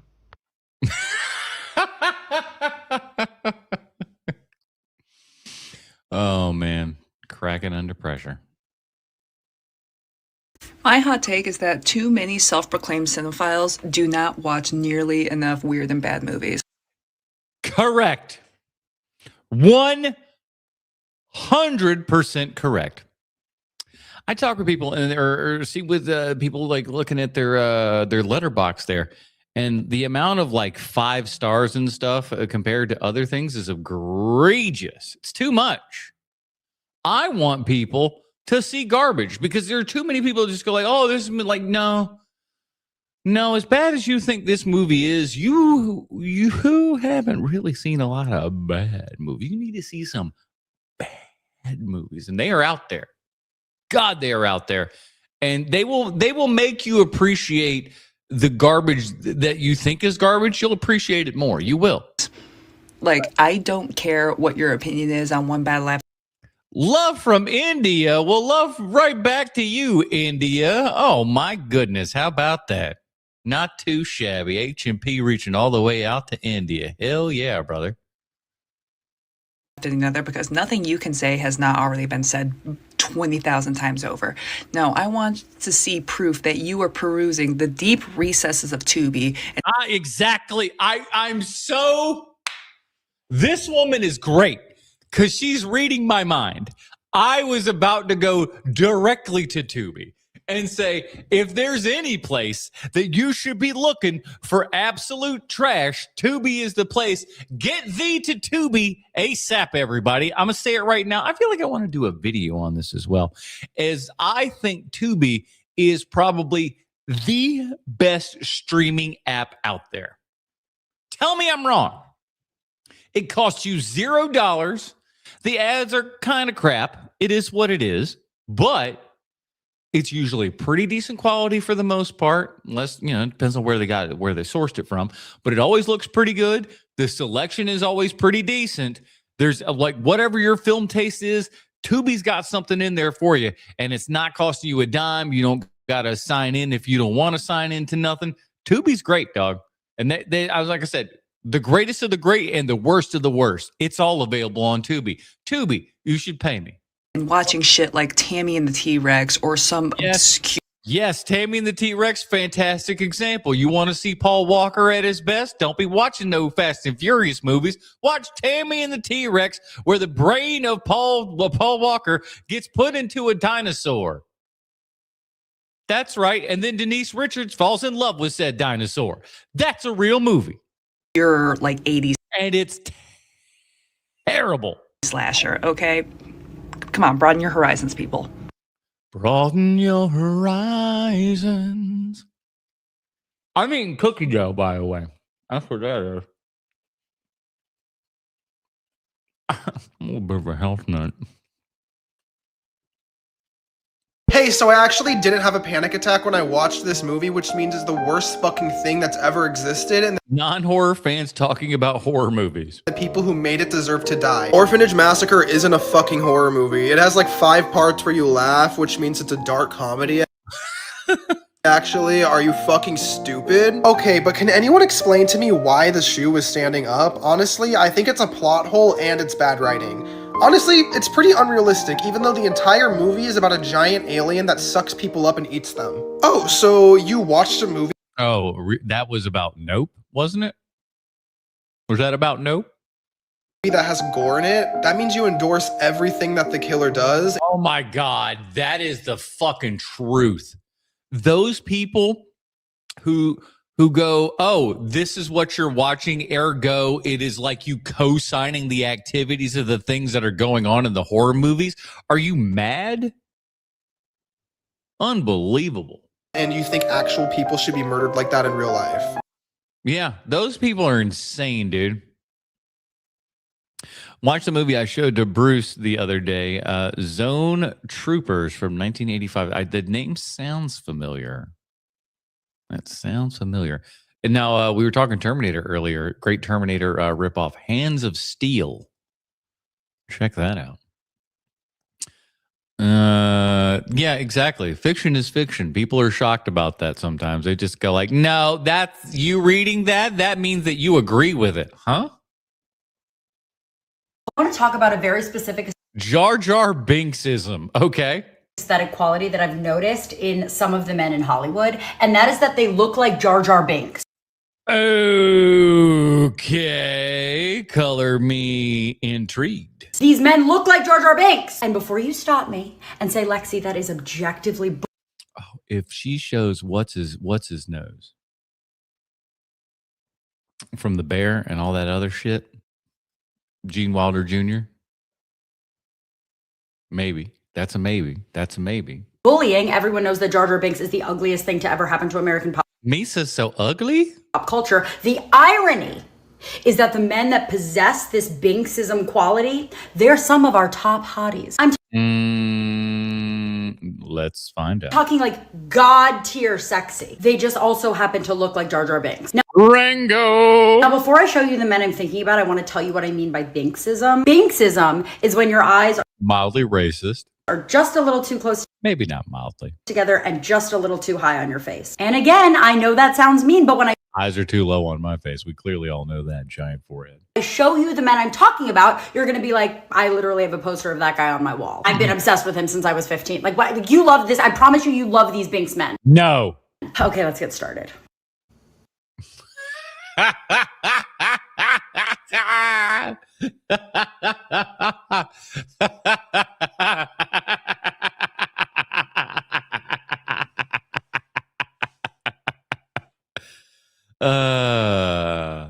Misa in deep doo-doo. Did I? He does look like Jar Jar Binks. I lie. Your fave.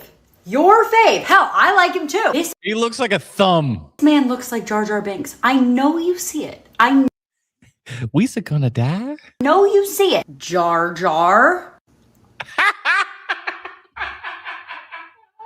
Yes. Austin. Y'all, Ugh. I would not say this about someone who was not considered literally gorgeous. Let's go. Who's looking like Jar Jar next? Austin Butler is objectively gorgeous. He just also, at the same time, is identical to Jar Jar Binks. Number 2, you probably knew this one was coming.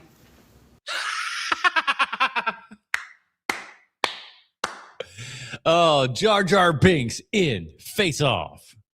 Now, he might not be your current fave, okay? I don't even necessarily know what he looks like right now. I think the last time I saw him was No one knows what he looks like right now.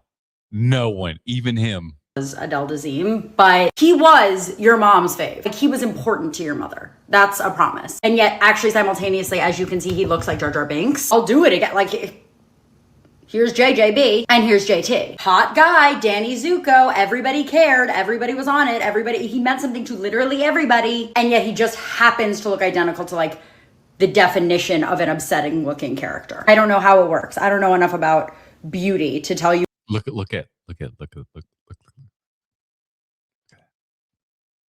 see what I'm saying?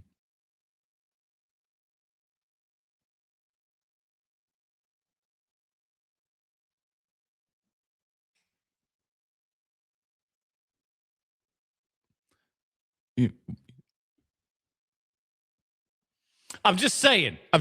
She got it going on too. Why it works Right there. Look at that. on these men and why it doesn't work on this beast.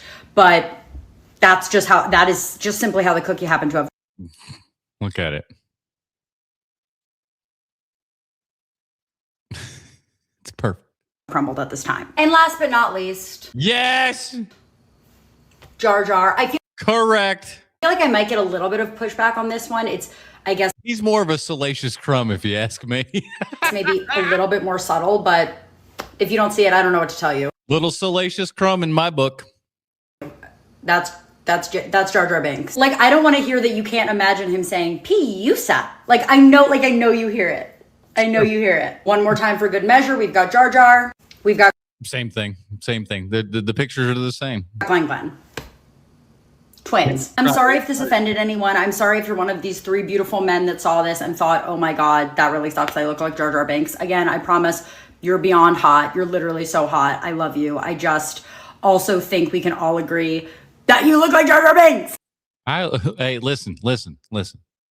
You could look like water. Think about it.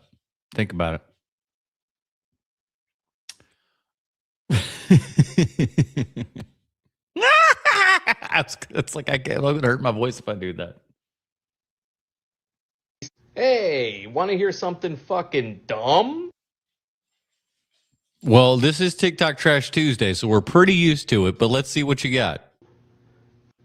Christopher Nolan's The Odyssey. Uh-huh. Tickets are on sale now. Yeah. They've been on which has been silly. sale for a year. Mhm. But now eBay and scalpers are getting involved. And if you buy if you bought a scalp ticket for a Christopher Nolan film, might I invite you to the padded cell with which you belong in? Want to see some ticket prices? This is real from eBay. $509, $350, $400. These are not prices that resellers are trying to sell at.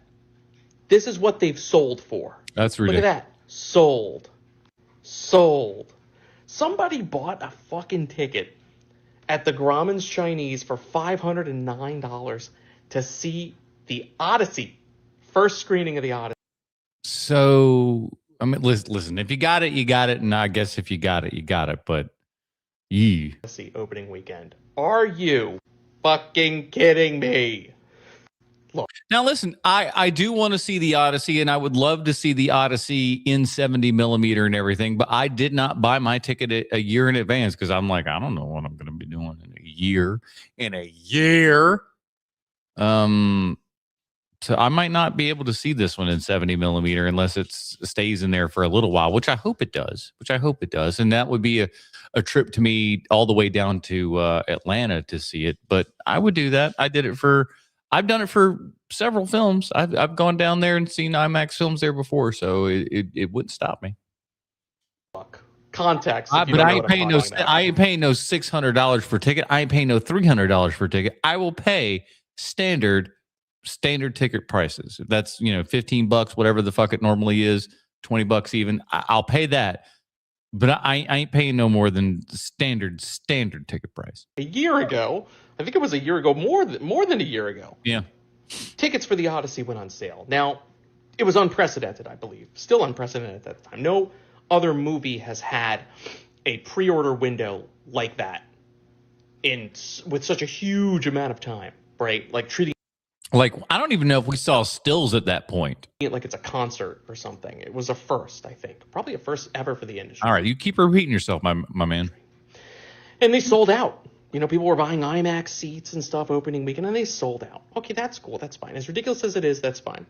But now we've reached the point where resellers are popping these tickets up on eBay. Let me tell you a couple reasons why this is dumb. Reason one, as I said, these aren't the prices they're listed at. This is the sold price. This is what somebody paid. Okay, you already said that. You can fucking spend your money however you want to spend your money. But I also have the ability to laugh at you in the process. And if you're paying $350, $500 to see the Odyssey opening weekend, I'm laughing at you. I am laughing at you. Oh my God. What are you like Chris Rock of this? How many times are you going to give us a setup? Because the people next week will... Man walks into a bar. A man walks into a bar. Go, they'll spend $15 and see the same movie. The other reason this is dumb is because it kind of spells out a doom prophecy laid out by George Lucas. A couple years ago, George Lucas spoke about the future of movie theaters. And look, at the time, we all thought it sounded ridiculous. He was saying things like it was going to be like a Broadway show. Movie theater ticket seats were going to sell out depending on where they were in the theater. The demand. Yeah, and you know what? It's all been terrible. You know what's going on right now in Broadway? Broadway's dying. Broadway's dying right now. So, how about that? Feels like we're leaning into the right thing then there, huh? And for the movie. At the time, I was like, this fucking fantasy world, what is this guy talking about? And now, he's laughing because it's happening. Again, it shouldn't be the point. The point should be the other thing. Movies are made for paupers. It is $5 a ticket Monday through Thursday. That is my goal. Monday through Thursday, ticket and popcorn and drink, full price, $10 for all. Tell me that ain't getting asses back in theaters. It's happening right now. We will come back from it. That's what I mean. What you're going to end up with is fewer theaters, bigger theaters, with a lot of nice things. Going to the movies is going to cost you $50, maybe $100, maybe $150. And then again, that's you're writing the recipe for doom. Like Broadway costs today. Yeah, it's like Broadway or going to. Fuck that. Nope. George Lucas also thought that the prequels were for children, and we were talking about trade disputes. So, guess what? George don't know everything, everybody. So apparently the arrangement that Sony had with Marvel to allow Spider-Man in the MCU had an expiration date. I sent this to the boys, and I said, I am so glad that we decided to stop, just to complete HMP Volume 1, talking about superhero films and stuff like that. We just got to a point where it was like, there were diminishing returns on everything. There was so much stuff, and then the quality of things got so low, the quantity of things got so high. We were just like, we want to get out of this before we hate being in it, before we just really become disgusted with what we're doing and then just become a husk of a show. And other people don't do that. And then the switch from H&P Volume 1 to Volume 2 now, like 86 episodes in, it's so much better. It's so nice to be able to kind of swim outside of that pool and everything, and not have to be people that have to be like this. And they're making fun of another podcast, from what Sean was telling me here. The Collider people is who they're making fun of. But yeah, there's a group of people that still got to act like this like every week. And boy, I would hate to be that kind of, have to have that kind of fakeness to my life. And just like spoiled milk, a lot of fans are sour on this idea. Damn straight. That's right, Mike. This is the first thing I can say isn't very cool. Fuck them! How dare anyone cross Disney? Fuck them! I don't know what's going to happen with Tom Holland, but I'm so fucking angry. Will they go back to Andrew Garfield? I don't know, Rich! We don't know! But fucking goddamn it, we're fucking mad about this! I don't want to be that. I did not want to be this. I'm so glad we exited when we did. Fuck you, Sony! Fuck off! How fucking dare you make a sensible financial move? That's what a lot of those shows are, man. That's what a lot of those shows are. Yikadoos. Hollywood's biggest Nepo baby is throwing a huge hissy fit right Jeff Russo. What do you got there for us, Jeffy? now. I don't know if you've been keeping up with the news around the Warner Brothers acquisition. Netflix is still in charge to take that over, but Paramount and Skydance have been absolutely throwing everything they can to try to win over Warner Brothers. And their head, David Ellison, is really throwing quite the fit right now. Now, if you don't know David Ellison, he is the lovely son of uber-rich billionaire Larry Ellison, and a guy who probably asks his dad to buy everything for him. So he's got this obsession with... I love people that don't have money always being mad at the people that do have money. Is always funny to me. It's called, you're showing who you are right away. You're showing who you are right away. It's just like, oh, your rich daddy buys everything. I'm like, yeah, some of them do. Some of them do, but you're really, when you jump off like that, it's just showing how insecure you are about your situation. And I'm sure Jeff's doing fine, but come on now. Being in Hollywood. Oh, by the way, Jeff's getting a lot of sponsorships from people, so Jeff is doing just fine. Don't worry. I see him in a lot of sponsored ads on TikTok, so Jeff's doing just fine. Don't worry. And he bought out Paramount, and he owns that now, and he wants to own Warner Brothers. And because it would be a better job for them than it would be for Netflix, Jeff. And if you don't realize that, you a bit dense. And so far, they haven't been able to come up with a good enough deal that the Warner Brothers board has even budged on, considering moving off of the Netflix deal. So they threw more offers at them. Daddy threw more guaranteed money in for David. You see how he does it there? It's just like, who gives a shit where the money come from?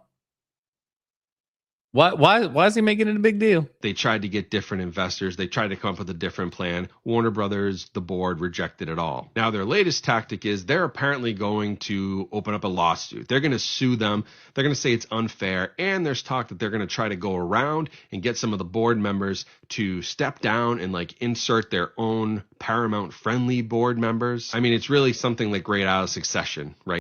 Guess what? Are we acting like companies don't do this all of the time across everything? This is nothing new. This is a tale as old as time. You know what I'm saying?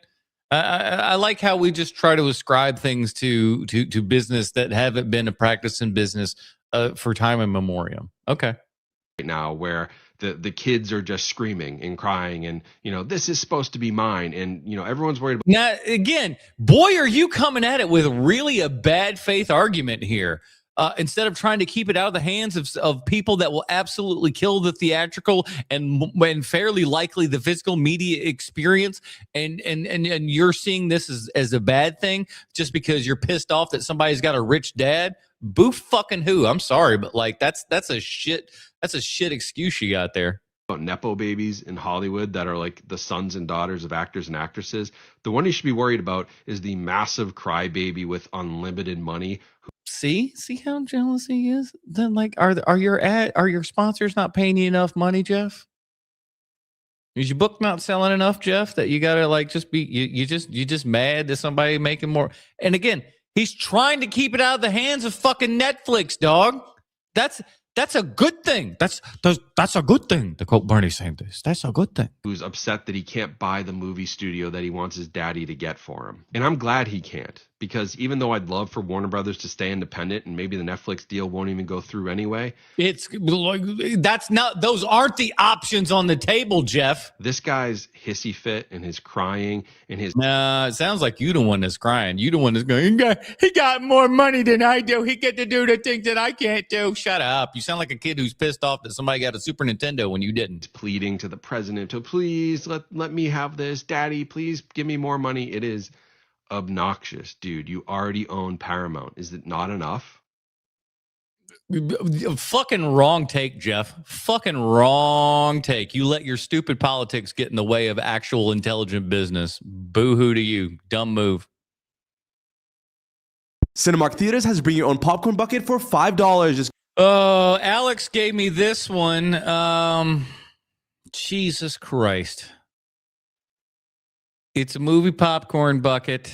You can bring your own bucket, and they will fill up the popcorn bucket. And as someone who was a former manager of a movie theater, let me tell you, this is the worst idea ever. I hate it. As a fat ass, it's great. You know, you're like, I get as much popcorn as I want. I get all the popcorn. As someone who'd have to make all that popcorn, as a person who'd have to throw all of the popcorn that your ass didn't eat, and I promise you it was most of it, I would be pissed. I'd be pissed at the amount of just utter fucking waste. There's enough waste that goes on in the movie theater exhibition business as is. Adding in the amount of popcorn that people will just fucking throw away is just it's insane. It's wasteful and it's gross. Go to their theaters on January 18th or the 19th, and they'll fill your bucket up for only $5. And we talk like this as we do it, because this is the voice that we played, and this is how we think people talk on the internet. Is this how you people respond to things? And when people talk to you like you're a 2-year-old? God, I hate the internet. I don't know what the fuck went on to where people thought that this is the voice that everybody does. Jesus. Like everywhere we go, there's a slow gas leak. One of the worst feelings that I experience fairly regularly has to be when you find what you think is going to be a juicy video essay, and you click on it and you get excited and you watch 10, 15 minutes, and then it's just a recap. You're just watching a... Oh boy. Yes. Quite awful. It's just like, I'm looking for insight. I watched the movie. I don't need you to tell me what happened in the fucking movie. Dig into the meat. What are we doing? Summary of a thing that you've already seen. You wouldn't have clicked on the video if you didn't know the plot of the thing you're about to watch a 3-hour video about. Thanks for nothing. Amen to that. Ridiculous. How come we never get IMAX movies at home? If you load up Tron Ares right now on Disney Plus, you're going to see something called IMAX Enhanced. Now, this is kind of a gimmick, and I'm going to tell you why. Okay, I'm interested to see what his thoughts are on this and how much about the technical stuff he actually knows, or is this just going to be about framing? Because it is about framing. There is an aspect ratio portion to this equation, but there's a little more. Let's see how much homie actually knows. Tron Ares was actually shot for a 2:3:9 widescreen aspect ratio, but cinematographer Jeff Cronenworth protected the 190 for IMAX screens in movie theaters. Duh. They all do that now. So essentially, as I've commonly said, we are less shooting in IMAX these days and more shooting in open frame format, and then closing it out for the 2.35 for everybody else. And then when the IMAX portion comes, we just flop open the open mat there. Bada bing, bada boom, your IMAX. Joachim and I just did our best to frame for the 190. Making our composition was 239, but we protected for exactly. So again, when they're doing this, they just told you right there, they were shooting in 239. That's what they were going for. The way that they say this, they protect. I'm sorry. On what planet do you get on that couch? Get on your bed, sir. This is not couch time. You do not sit on that couch. Go to your bed, please. Come on.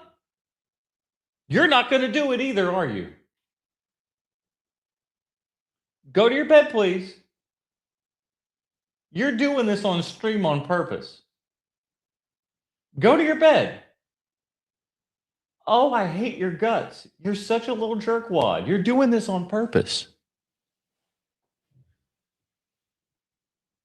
He's doing it on, he's sitting there on purpose. He does not sit on this couch. Do you sit on the couch when I'm not here? I don't care for this. All right, I'm sorry. Back to this. Jerkwad over here distracting me. The IMAX release. Because in a real movie theater, when you're in a physical space, that expanded aspect ratio in IMAX is amazing. But that expanded aspect ratio at home on your TV essentially means nothing. You're No, it doesn't, because your TV isn't wide. Your TV is the same format. So, all right. So far he's right. But what else you just got? getting a few more pixels. It doesn't change the story. You're not getting information No, agreed. that you may have missed if you didn't see it in IMAX. It's just a little bit bigger. But people love to complain that we're not getting proper IMAX releases. That's true, because even technically, that's not correct. Because the IMAX itself is actually much more square even than even 185 or 190, however they're gonna, throw it. At home, and I have a hot take on this. I don't think we should. Not even Christopher Nolan has ever released a true 1:3 IMAX expanded ratio. No. And you wouldn't, because it wouldn't make sense. Because then you'd have black bars on the left and right. And then that's going to fuck with people even more. Because there was a long time when DVDs and stuff first came out, when people did not want widescreen DVDs because they had full screen televisions. They did not like the black bars on top and bottom. And if you had a 235 movie on, on DVD and everything on a non-anamorphic, 4:3 TV, your picture all of a sudden was down to a letterbox. That's why they called it that. It was down to nothing. You could just barely see through it there. So you would get the kind of zoomed in the scope there and all that kind of stuff. And they're not going to go backwards, because that's the problem with IMAX, really. At home, you need to trust that these filmmakers are giving you the optimal, best viewing experience that they think is right for their movie on the screen that you're watching it on. Because like I said at the beginning, IMAX is not just an expanded aspect ratio, it's an experience. It's about being okay. He's not covering this. But in many cases, when you do go to IMAX and you do go to one of the kind of quote IMAX scenes and stuff like that, if it was actually shot in IMAX and whatnot, especially in like 70 millimeter, like your Christopher Nolan things, there is a noticeable jump in quality as far as like how crisp everything is, how everything looks. When you went to those, full-fledged IMAX portions in those Nolan films, it was like, oh, this is different. This is different. Being in an actual space, looking at a giant. And so that even translates, though, to the home video as well. It's like when you watch The Dark Knight, when the IMAX portions come on, the actual resolution, it gets better looking. It's definitely noticeably sharper. Movie screen and going, holy shit. And that is an experience you will never be able to replicate it. If you got a little TV like that, maybe. I got an 85-inch television sitting 6 feet away from my face, and I want to upgrade to a 98-inch. So, and as far as sound goes, again, I said it previously in this stream, and I'll say it again. Pound for pound, even up against IMAX, my home theater kicks the shit out of that. As far as just like pure unadulterated surround sound and stuff like that, mine kicks the shit out of the IMAX here. At home, I don't care how big your TV is. So disagree. I say keep IMAX special, keep that expanded ratio for the cinema, and if you want to experience true IMAX films, get your ass to a movie theater. Yeah, he didn't talk anything about how the IMAX enhanced the different codecs and stuff that are running through televisions and receivers and other things now. Just talking about aspect ratio, which I agree with, but there's a little more to it than meets the eye there, Heat Hat. Really? Oh, that movie sucked. Movie sucks so bad. I didn't see the last one, but boy, oh boy. There was a period of time in Hollywood where studios would dig into the vault of wholesome TV shows they had the rights to, and they would adapt them as modern comedy And by the way, those Brady movies were really good. movies. What they did with the Brady Bunch in the 90s was actually hilarious. The Brady Bunch movie was released in 1995, and the whole concept was... Man, I can't believe it was that long ago. Holy smokes. I would have thought it was a little bit later than that. 1995, though. Man, remember seeing that in the movie theater? Everybody thought it was great. It was great. It was great. Was it like 12, 13? Was that while it was set in the 90s, this family was still very much stuck in the 70s. It Great involved humor and concept. references that was very applicable to the 90s. And the punchline was often that these references and jokes would fly over these characters' heads. And the humor in this movie actually got pretty raunchy. Now, a big highlight is the cast. They nailed the Bradys down to a T. At a certain point, you might think you're watching the original actors from... It really was. It almost fooled you into it, like thinking that you were watching the real thing. From the 70s. The film would often take situations and scenarios from different episodes, adapt them into the story, and at the core was a conflict where the Bradys might lose their house. There's a lot of memorable scenes, but perhaps the most referenced from this movie is the song that Greg Brady sings in the middle of the film at the school dance. The film was also quite a success, which led to a sequel the following year, a Very Brady sequel. Which was also pretty good. I recently watched the Siskel and Ebert episode covering this 90s fad. Oh, that's interesting. I might want to check that out.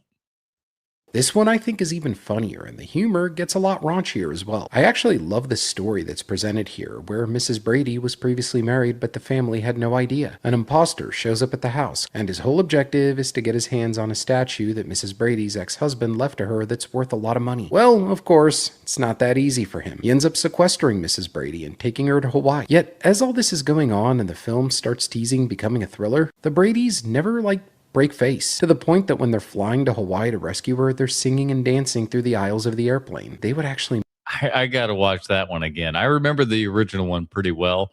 I need to watch both of those again, actually. Make for a great comedy double feature this weekend. Heck yeah. No doubt. It's been a minute since I've seen either of them, but certainly Brady's sequel I don't remember anywhere nearly as good. Gal Gadot and Revolutionary Road. I had to save this one off of the regular rip because I couldn't download the thing. This chick's hilarious doing all of her Gal Gadot impressions. This is her putting in Gal Gadot in Revolutionary Road. So good. Okay, I think we all just need to take a deep breath. Don't worry, I can't be bothered. You're not worth the trouble it would take to hit you. You're not worth the powder it would take to blow you up. You are an empty, hollow shell of a woman. DiCaprio just killing it in this movie. I mean, what the hell are you doing in my house if you hate me so much? I told you, I'm a waitress and I don't have enough funds to pay for my rent. Why the hell are you married to me? What the hell are you doing carrying my child? It's not your baby. Then why didn't you just get rid of it when you had the chance? Because listen to me, I got news for you. I wish to God that you had. You take that back. You better apologize right now or I'll canceling your birthday party. I've already paid for it with your credit card. And I'm telling you, that is some good stuff. We let one pass for a little bit there, didn't we, kids? We just like, listen, she's awful pretty. 5 years ago, Chris Hemsworth was in the middle of training to play Hulk Hogan in a biopic I was attached to produce. Man, and it seemed like such a great idea. It really did. My name is Joe Russo. I make movies. Hi, Joe. Let me talk to you about why there's no such thing as a sure thing in Hollywood. Years and years of work were spent getting the rights to Hulk Hogan's life story, developing a screenplay that Todd Phillips attached himself to direct. Chris Hemsworth attached himself to star, and we sold it to Netflix. It was about as sure a thing in the entertainment industry as sure things go. And yet, here we are 5 years later, and it didn't happen. No one could have predicted global pandemics. No one could have predicted industry strikes. No one could have predicted studio... Well, we could all assume for the industry strikes because y'all do that all the time. You're never satisfied. You're a bunch of greedy little piggies who just want to have more money. Dropping the ball on contracts. Those 3 reasons are why the Hulk Hogan biopic never happened. And it's why when I saw this photo pop up in my Facebook memories, I was reminded there's no such thing as a sure thing. It's also why when you get those moments where you have these big auspices set up at studios, you should not take them for granted. These moments in Hollywood are rare, and you should fight like hell to do everything you can to make sure you can try to make your movie happen. Yeah, you never know. I mean, we all thought that was a for sure thing. I respect it. Hot take on Lord of the Rings. Gandalf could have ended it all with the VTuber of the year, the Burnt Peanut. Honestly, this was just I've recently discovered the Burnt Peanut, and I've kind of become a bit of a fan. And he had a movie-related TikTok, so I decided to throw it in here. Lord of the Rings would not be the movie it is today if that didn't happen. I'm just saying, he's a wizard, and he could have just teleported over there and fucking threw it in. Also, why do you even need a volcano to destroy the wing? You could maybe just hit it with a hammer. You could hit it with a large hammer. You could maybe like burn it. You could. He's clearly just trolling people for this because that's obviously all the things that they do. Eat it. You can eat it. You can eat it. That is the one thing that we didn't do. The one thing that we didn't try was eating. Now, if you ate the One Ring, would you disappear? Does it consider that to be wearing it? And, you know, the Nazguls come after you, and in order to get them off your trail, you got to fart out or poop out the old, the One Ring? Is that how that works? Your stomach acid is actually very corrosive. You can do anything. I bet you Gandalf could just cast a spell. I mean, Gandalf turned a bunch of trees into tree people. I don't think that he did that. No, he did. They were already tree people. He did something with the tree people. I don't think it was sex, but it was something. He did something. I don't know what he did, but he did something. What I'm trying to say is he could have destroyed the ring with way easier than. I forgot. I mean, he fought Satan.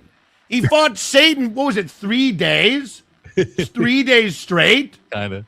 If you can fight Satan while falling down to the pits of hell for 3 days, you can destroy a ring.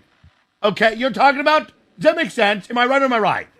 Am I making sense here? Am I making sense? Is everybody on the same page? I'm on it. I get it. Not Satan Balrog. Ooh.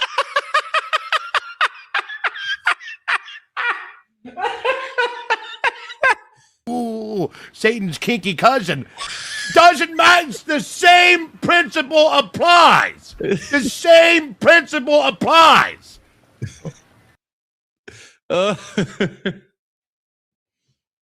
Oh my God. That guy plays video games and like fucking 50,000 people watch every night. It's crazy. No, 100,000. Excuse me. It's 50,000 just on like YouTube. Hey, you. Why this film? Why now? I wanted to answer this for you. I know there might be a lot of information coming from my page, but long story. Oh boy, is this his movie? I think I just saved this because all I saw was why this film, why now? Oh, if this is about his personal film, let's go. Short is this is such an important film that needs to exist in the world, and it's long story short, it's a road trip film, coming of age, following someone who's trying to reconnect with themselves. And I don't know if you've ever woke up in life and I wake up every day, homie. Every day. We all do, as a matter of fact. Let me get a number one in the chat if you woke up today. If you woke up today, number 1 in the chat. If you did not wake up today, number 2. He said, how did I get here? How do I find myself again? This is about a man who goes on a road trip back to his hometown to basically reconnect with one of his best friends before it's too late. And it's going to be visually stunning. This film is going to be like no other because I have background. What do you mean 1 and 1.5? In location scouting, and this film is going to be one of the most visually stunning films that you've seen in a really long time because it's up one of the most amazing drives in the entire world. It's up the Pacific Coast Highway. So it's going to be LA deserts to the Big Sur cliffs, beautiful ocean, and then to the Portland redwoods. I knew somebody and would come in nature is here. going to be a character in our Art and story, shenanigans. representing the change that this main character is going through. And Brother, I'm here to tell you your movie's going to be trash. It's boring. I'm already bored.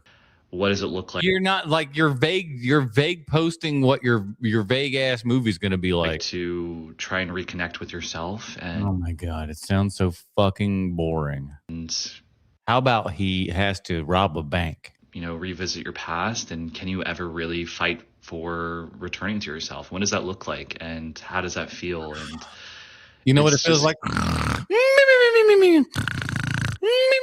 That's what it feels It's like. going to be a story that I think really heals a lot of people, and it's a story I know no one's going to watch it. Needed to see, so it needs to exist. And oh my God, you don't need, like, it's not even going to be a thing that you're making. Oh, this is just a movie that needs to exist. Huh? We're crowdfunding it right now. Oh, there we go. I need your help. You haven't sold me on shit. People, it's a road trip. People gonna feel good about finding themselves. Ugh. Even just sharing the story does so much. Creating visibility, because you might not know it, but maybe your best friend or your family member. Maybe they went on a road trip to find themselves. And maybe when they turned around, what they found was right in here the whole time. Think about it. Craving to join our journey. So yeah, this film is going to change people's lives. No, it won't. No, it won't. And I'll talk to you soon. Bye. No, what he did, like he did a TikTok like it was a voicemail. It's like, all right, Virginia, we're going to be doing a really good movie. It's going to be sweet. All right, sweetheart. See you later. We'll talk to you next time. Bye-bye now. What the fuck? Let's check out the Vinegar Syndrome storefront on Pittsburgh's South Side. Vinegar Syndrome is a boutique movie label, and while they carry used movies, they carry their own brand, they also carry a number of partner labels. This store is like horror heaven for any film. I couldn't imagine what this place smells like. Film collector, full of new and used movies and awesome horror decor. I actually left with that copy of Demons and a few other films. It was really hard to control myself. They also had the 4K copy of Troll 2, which I wanted to leave. Yes. I need to get that Troll 2 4K with as well. They have vinyl LPs, they have comic books, they have shirts, they have hats and all kinds of horror apparel and posters, and they also have a wide selection of used VHS films. I would love to go to this. Do yourself a favor and stop in today. Heck yeah. The top 15 best-selling Blu-rays of 2025 is a wild, bonkers, bananas, hilarious list, and let's talk about it. Why do I feel I'm about to get wildly depressed? Now, if you're a physical media collector, you collect Blu-rays, there's not a single boutique release on here. That's right, there's no Criterion. And number 15 is Moana 2, which I thought would be higher, but maybe there's a lot of Disney parents who are still on Disney Plus. 14 is Mission Impossible: The Final Reckoning. This I still haven't gotten that one yet. I still have not bought The Final Reckoning on the 4Ks. Has a very dedicated fan base. I know that the film didn't I've got the other ones. So. Do as well in theaters, but certainly, those fans are out there. 13 is Nosferatu, which did shock me until I realized this came out on Christmas 2024, so that physical media release came out in 2025. 12 is Sinners, which I'm shocked isn't much higher, but it's also an R-rated horror film. 11 is Sonic 3. I genuinely thought this would be... Man, and I didn't see Sonic 3 in the theater, and I didn't buy the Sonic 4K when it came out and everything. It's still kind of a little... Top 5. And number 10 is Fantastic Four: The First... And another one that I thought like I might get, but the one steelbook that I wanted to get ended up selling out, and I just didn't want to pay the exorbitant amount of money that Disney is starting to charge for 4Ks and stuff like that, because frankly, I just don't think it's worth it. Steps. And number 9 is Captain America: Brave New World. bought that? I'm shocked at the order of that and the fact that, even Brave New World is this Really? high on the list. And number 8 is the How to Train Your Dragon remake. Sure, makes sense. I get it. 7 is the Ballerina spinoff from the John Wick movie. Now, John Wick does sell a lot on physical media and stuff like that. And I think the Ballerina had a couple of special editions and stuff that came out. So I guess that may lead into some of it. I'm shocked by this because this movie didn't do as hot as the John Wick films did in theaters. But, again, dedicated fan base. Yeah, dedicated fan base, and especially when you get into like little collector-y sort of things, which they definitely did. There's fan base out there who, will collect these movies. And number 6 is a Minecraft movie. A little bit shocking for me, even though it made over $1 billion. I wasn't sure, if the fan base for this movie would just check it out on HBO Max. 5 is Thunderbolts. 4 is Venom: The Last. I almost bought Thunderbolts a couple times on 4K. Never saw it in the theater. Heard good things about it, but still just never really quite got around to it. Same thing with the Venom. Boy, I tell you what, dropping out of HMP Volume 1 has been a blessing in disguise. Stance, I think that's hilarious. I think that's so funny. The fact that there's all these really amazing movies out there and Venom is coming near the top. I'm a Venom defender. I think these movies are hilarious. Venom movies are not that bad. Like I said, I didn't see the third one, but they, I didn't hate them. I've watched them multiple times. I used to think there's dozens of us, but maybe there's at least hundreds. Whoops, forgot to record number 3, and it is Superman, which is not a shock at all. It's the most obsessively rewatched film for people.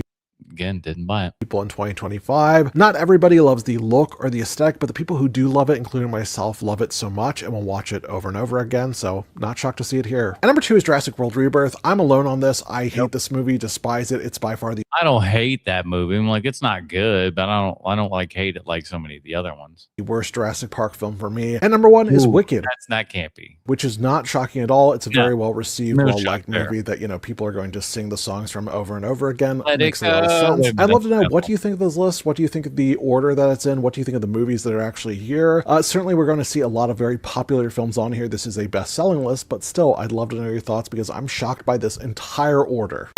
Yeah. Like my like DVDs of last year were like the Dollars trilogy and the Arrow Dollars trilogy from the UK. I imported all those. That was a big one. There were a couple other 4Ks here and there, but nothing crazy. If you like Pee-wee's Big Adventure, watch Motorama. This is I saved this one because I kind of want to do some of these on the podcast at some point because like these comparisons when you could just go like, oh, this movie's like this movie. I love Pee-wee's Big Adventure, so this Motorama, okay. A surreal road movie where a boy drives across a fictionalized version of the US in hopes of winning a big prize. If you like The Fly, watch The Dark Backward. A wannabe comedian fails at his dreams until he starts growing a third arm from his back. This See, how do you not want to watch that? And I've heard of that title before, but haven't seen it. movie is also super grimy, if that's what you're looking for. I like a dick rhyme. If you like Nowhere, I've seen Nowhere. Like would be an interesting way to say it. There was a couple of times, there was a couple of eras there when we were watching like Nowhere, like all these like kind of Gregor Rocky type sort of stuff, and it was just like, what are we even watching here? And now looking back at it, I just want to look at my buddy and just be like, are you gay, bud?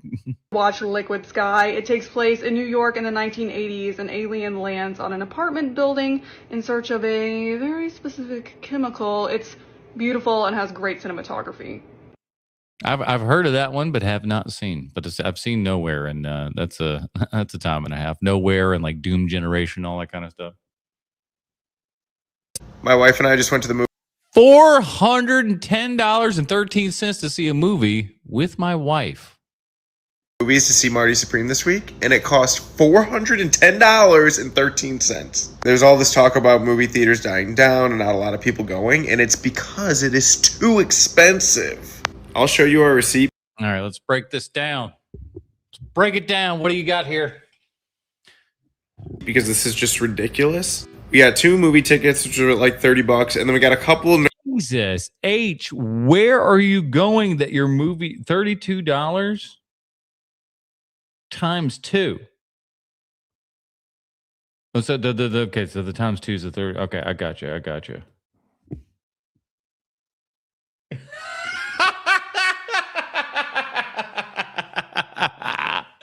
Nerd ropes times 167 to 340. Nerds ropes, but they're on sale, so we got a couple. There will be no more movie theaters if shit keeps costing this much money. People are just gonna stay at home, end up just spending $20 to watch it when it comes on demand, like briefly after the movie release. Be better, Hollywood. Bravo, sir. Bravo, good sir. I thought, boy, we're at a rough time here in the good old US of A. But thank Christ. Thank God.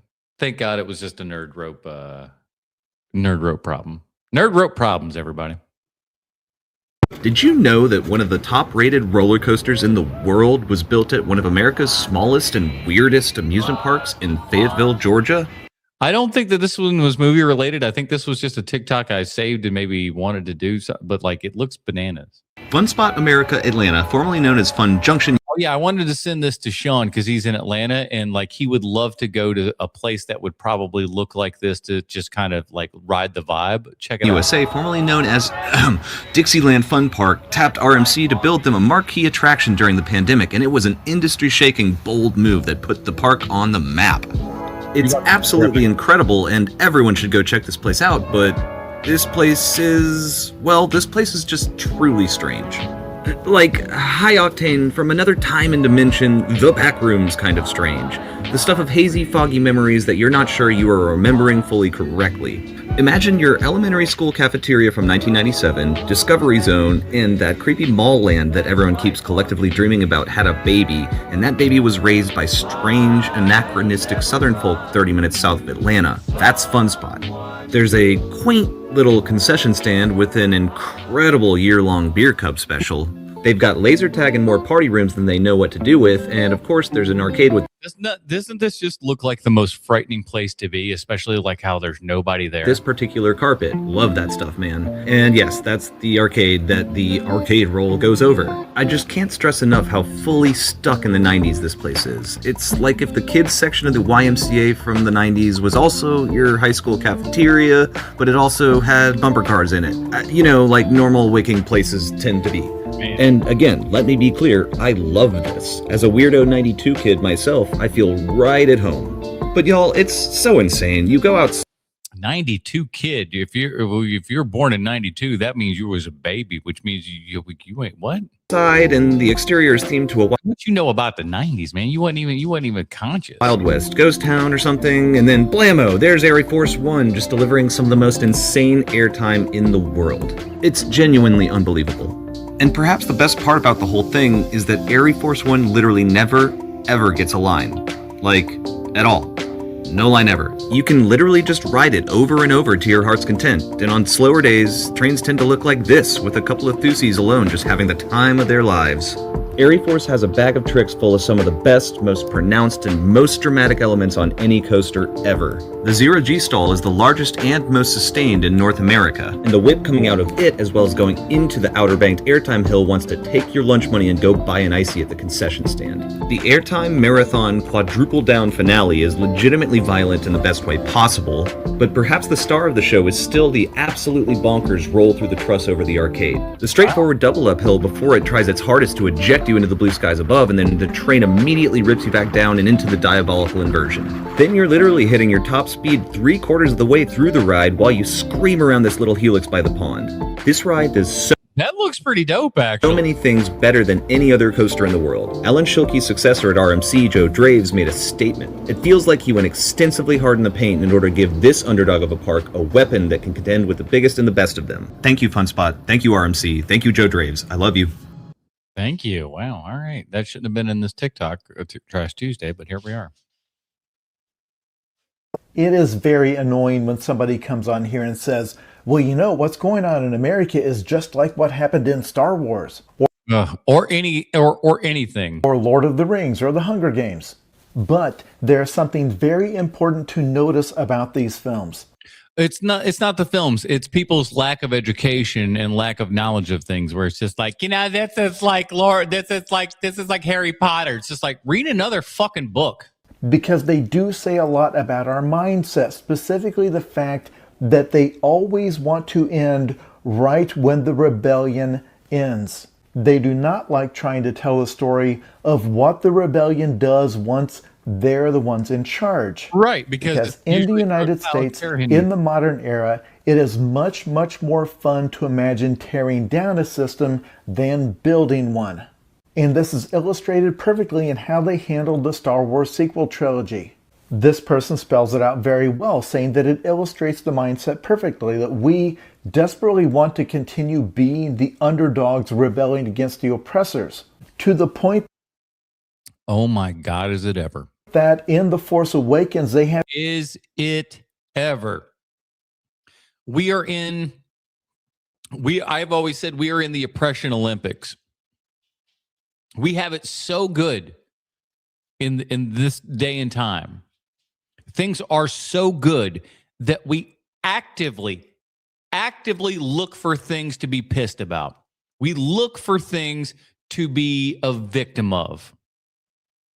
We actively go after that. That's how good things are in life, is that we have nothing to push back on, so we actively go out looking for problems.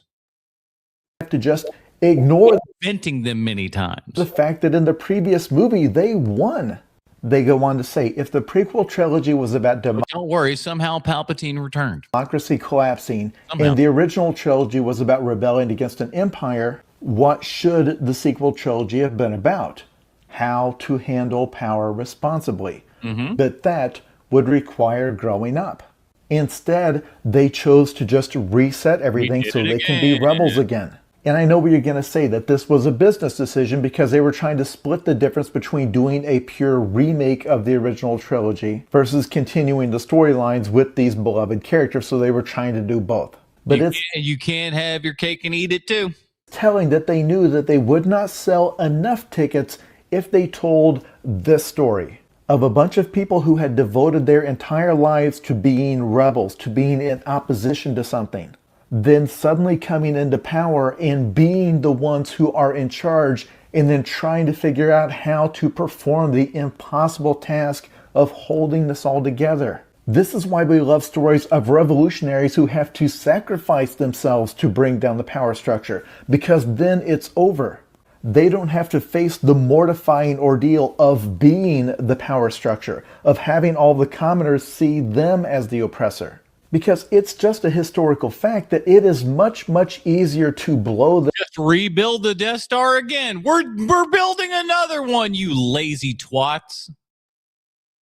You know what I thought when I was growing up? I thought that was the Death Star that was still remaining after they blew it up. Because why wouldn't you think that as a kid? It's like, oh, see, they didn't destroy all of it.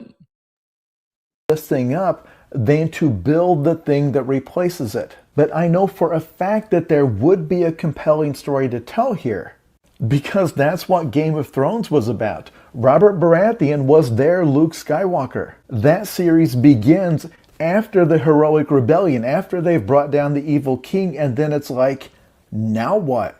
And there is a very compelling version of this that you could do with Star Wars, because there's all of these figures that just loom so large over their culture, all of these zealots out there who would probably like to have them back. The fact that you brought down the old power structure means you get blamed for everything that happens in the aftermath. I would love to see the story of them dealing with the fact that, yeah, a lot of the people they're ruling would prefer this if the alternative is chaos or even weak leadership. But in our popular culture, we do not like to think about that part, so we like to end the story here with the bad guys' headquarters in ruins. Will you leave before all the hard work has to start? Yeah. So they were right. A sequel trilogy about trying to hold the New Republic together would not have sold as many tickets. Sure, a lot of people like Game of Thrones, but it did not sell as many action figures as Star Wars. Damn right. That is it, everybody. I didn't put my last little graphic on the end, but we have hit yet the end of another TikTok Trash Tuesday. I want to thank all of you dirty babies for coming out, man, hitting that like and subscribe button and the hype button as well. That's always a very welcome thing here. And it's awesome to have you guys out and pay attention to the bull crap that I do here. We've been going for damn near 3 hours, yakking on about TikToks and everything. And we'd like to have you come back and do that again next Tuesday, 8 p.m. Eastern. And the more people that come out, the more people that do this, the more that we can have some good old-fashioned family fun times here, everybody. And we really appreciate all of that. So thank you for all of your well wishes, your kind words, and all that kind of good stuff. And the people that support the show over at patreon.com/HMP. You guys are always the best. Pre-show, post-show, Dinger Zone. And next week, next month, rather, just to give you guys a preview of what we'll be doing on HMP proper. That is our show that airs Sunday evenings, 8 p.m. Eastern, right here on YouTube. Next month, we're doing Tom Hanks rom-coms. So it's going to be a heck of a fun little Valentine's Day month here and everything on HMP. So check it out there as well. Follow us on all the social medias. Links and everything for that are in the notes for this. Again, hit that like and subscribe button. Share this to everybody you know. And, we appreciate you guys. Let me see if I can find all my, where's my shit? Where's my buttons? There it is. That is it, everybody. We'll see you on the next TikTok Trash Tuesday. And of course, Sunday evening, 8 p.m. We're talking Amelie on Sunday. So we'll see you then. Bye-bye, dirty babies.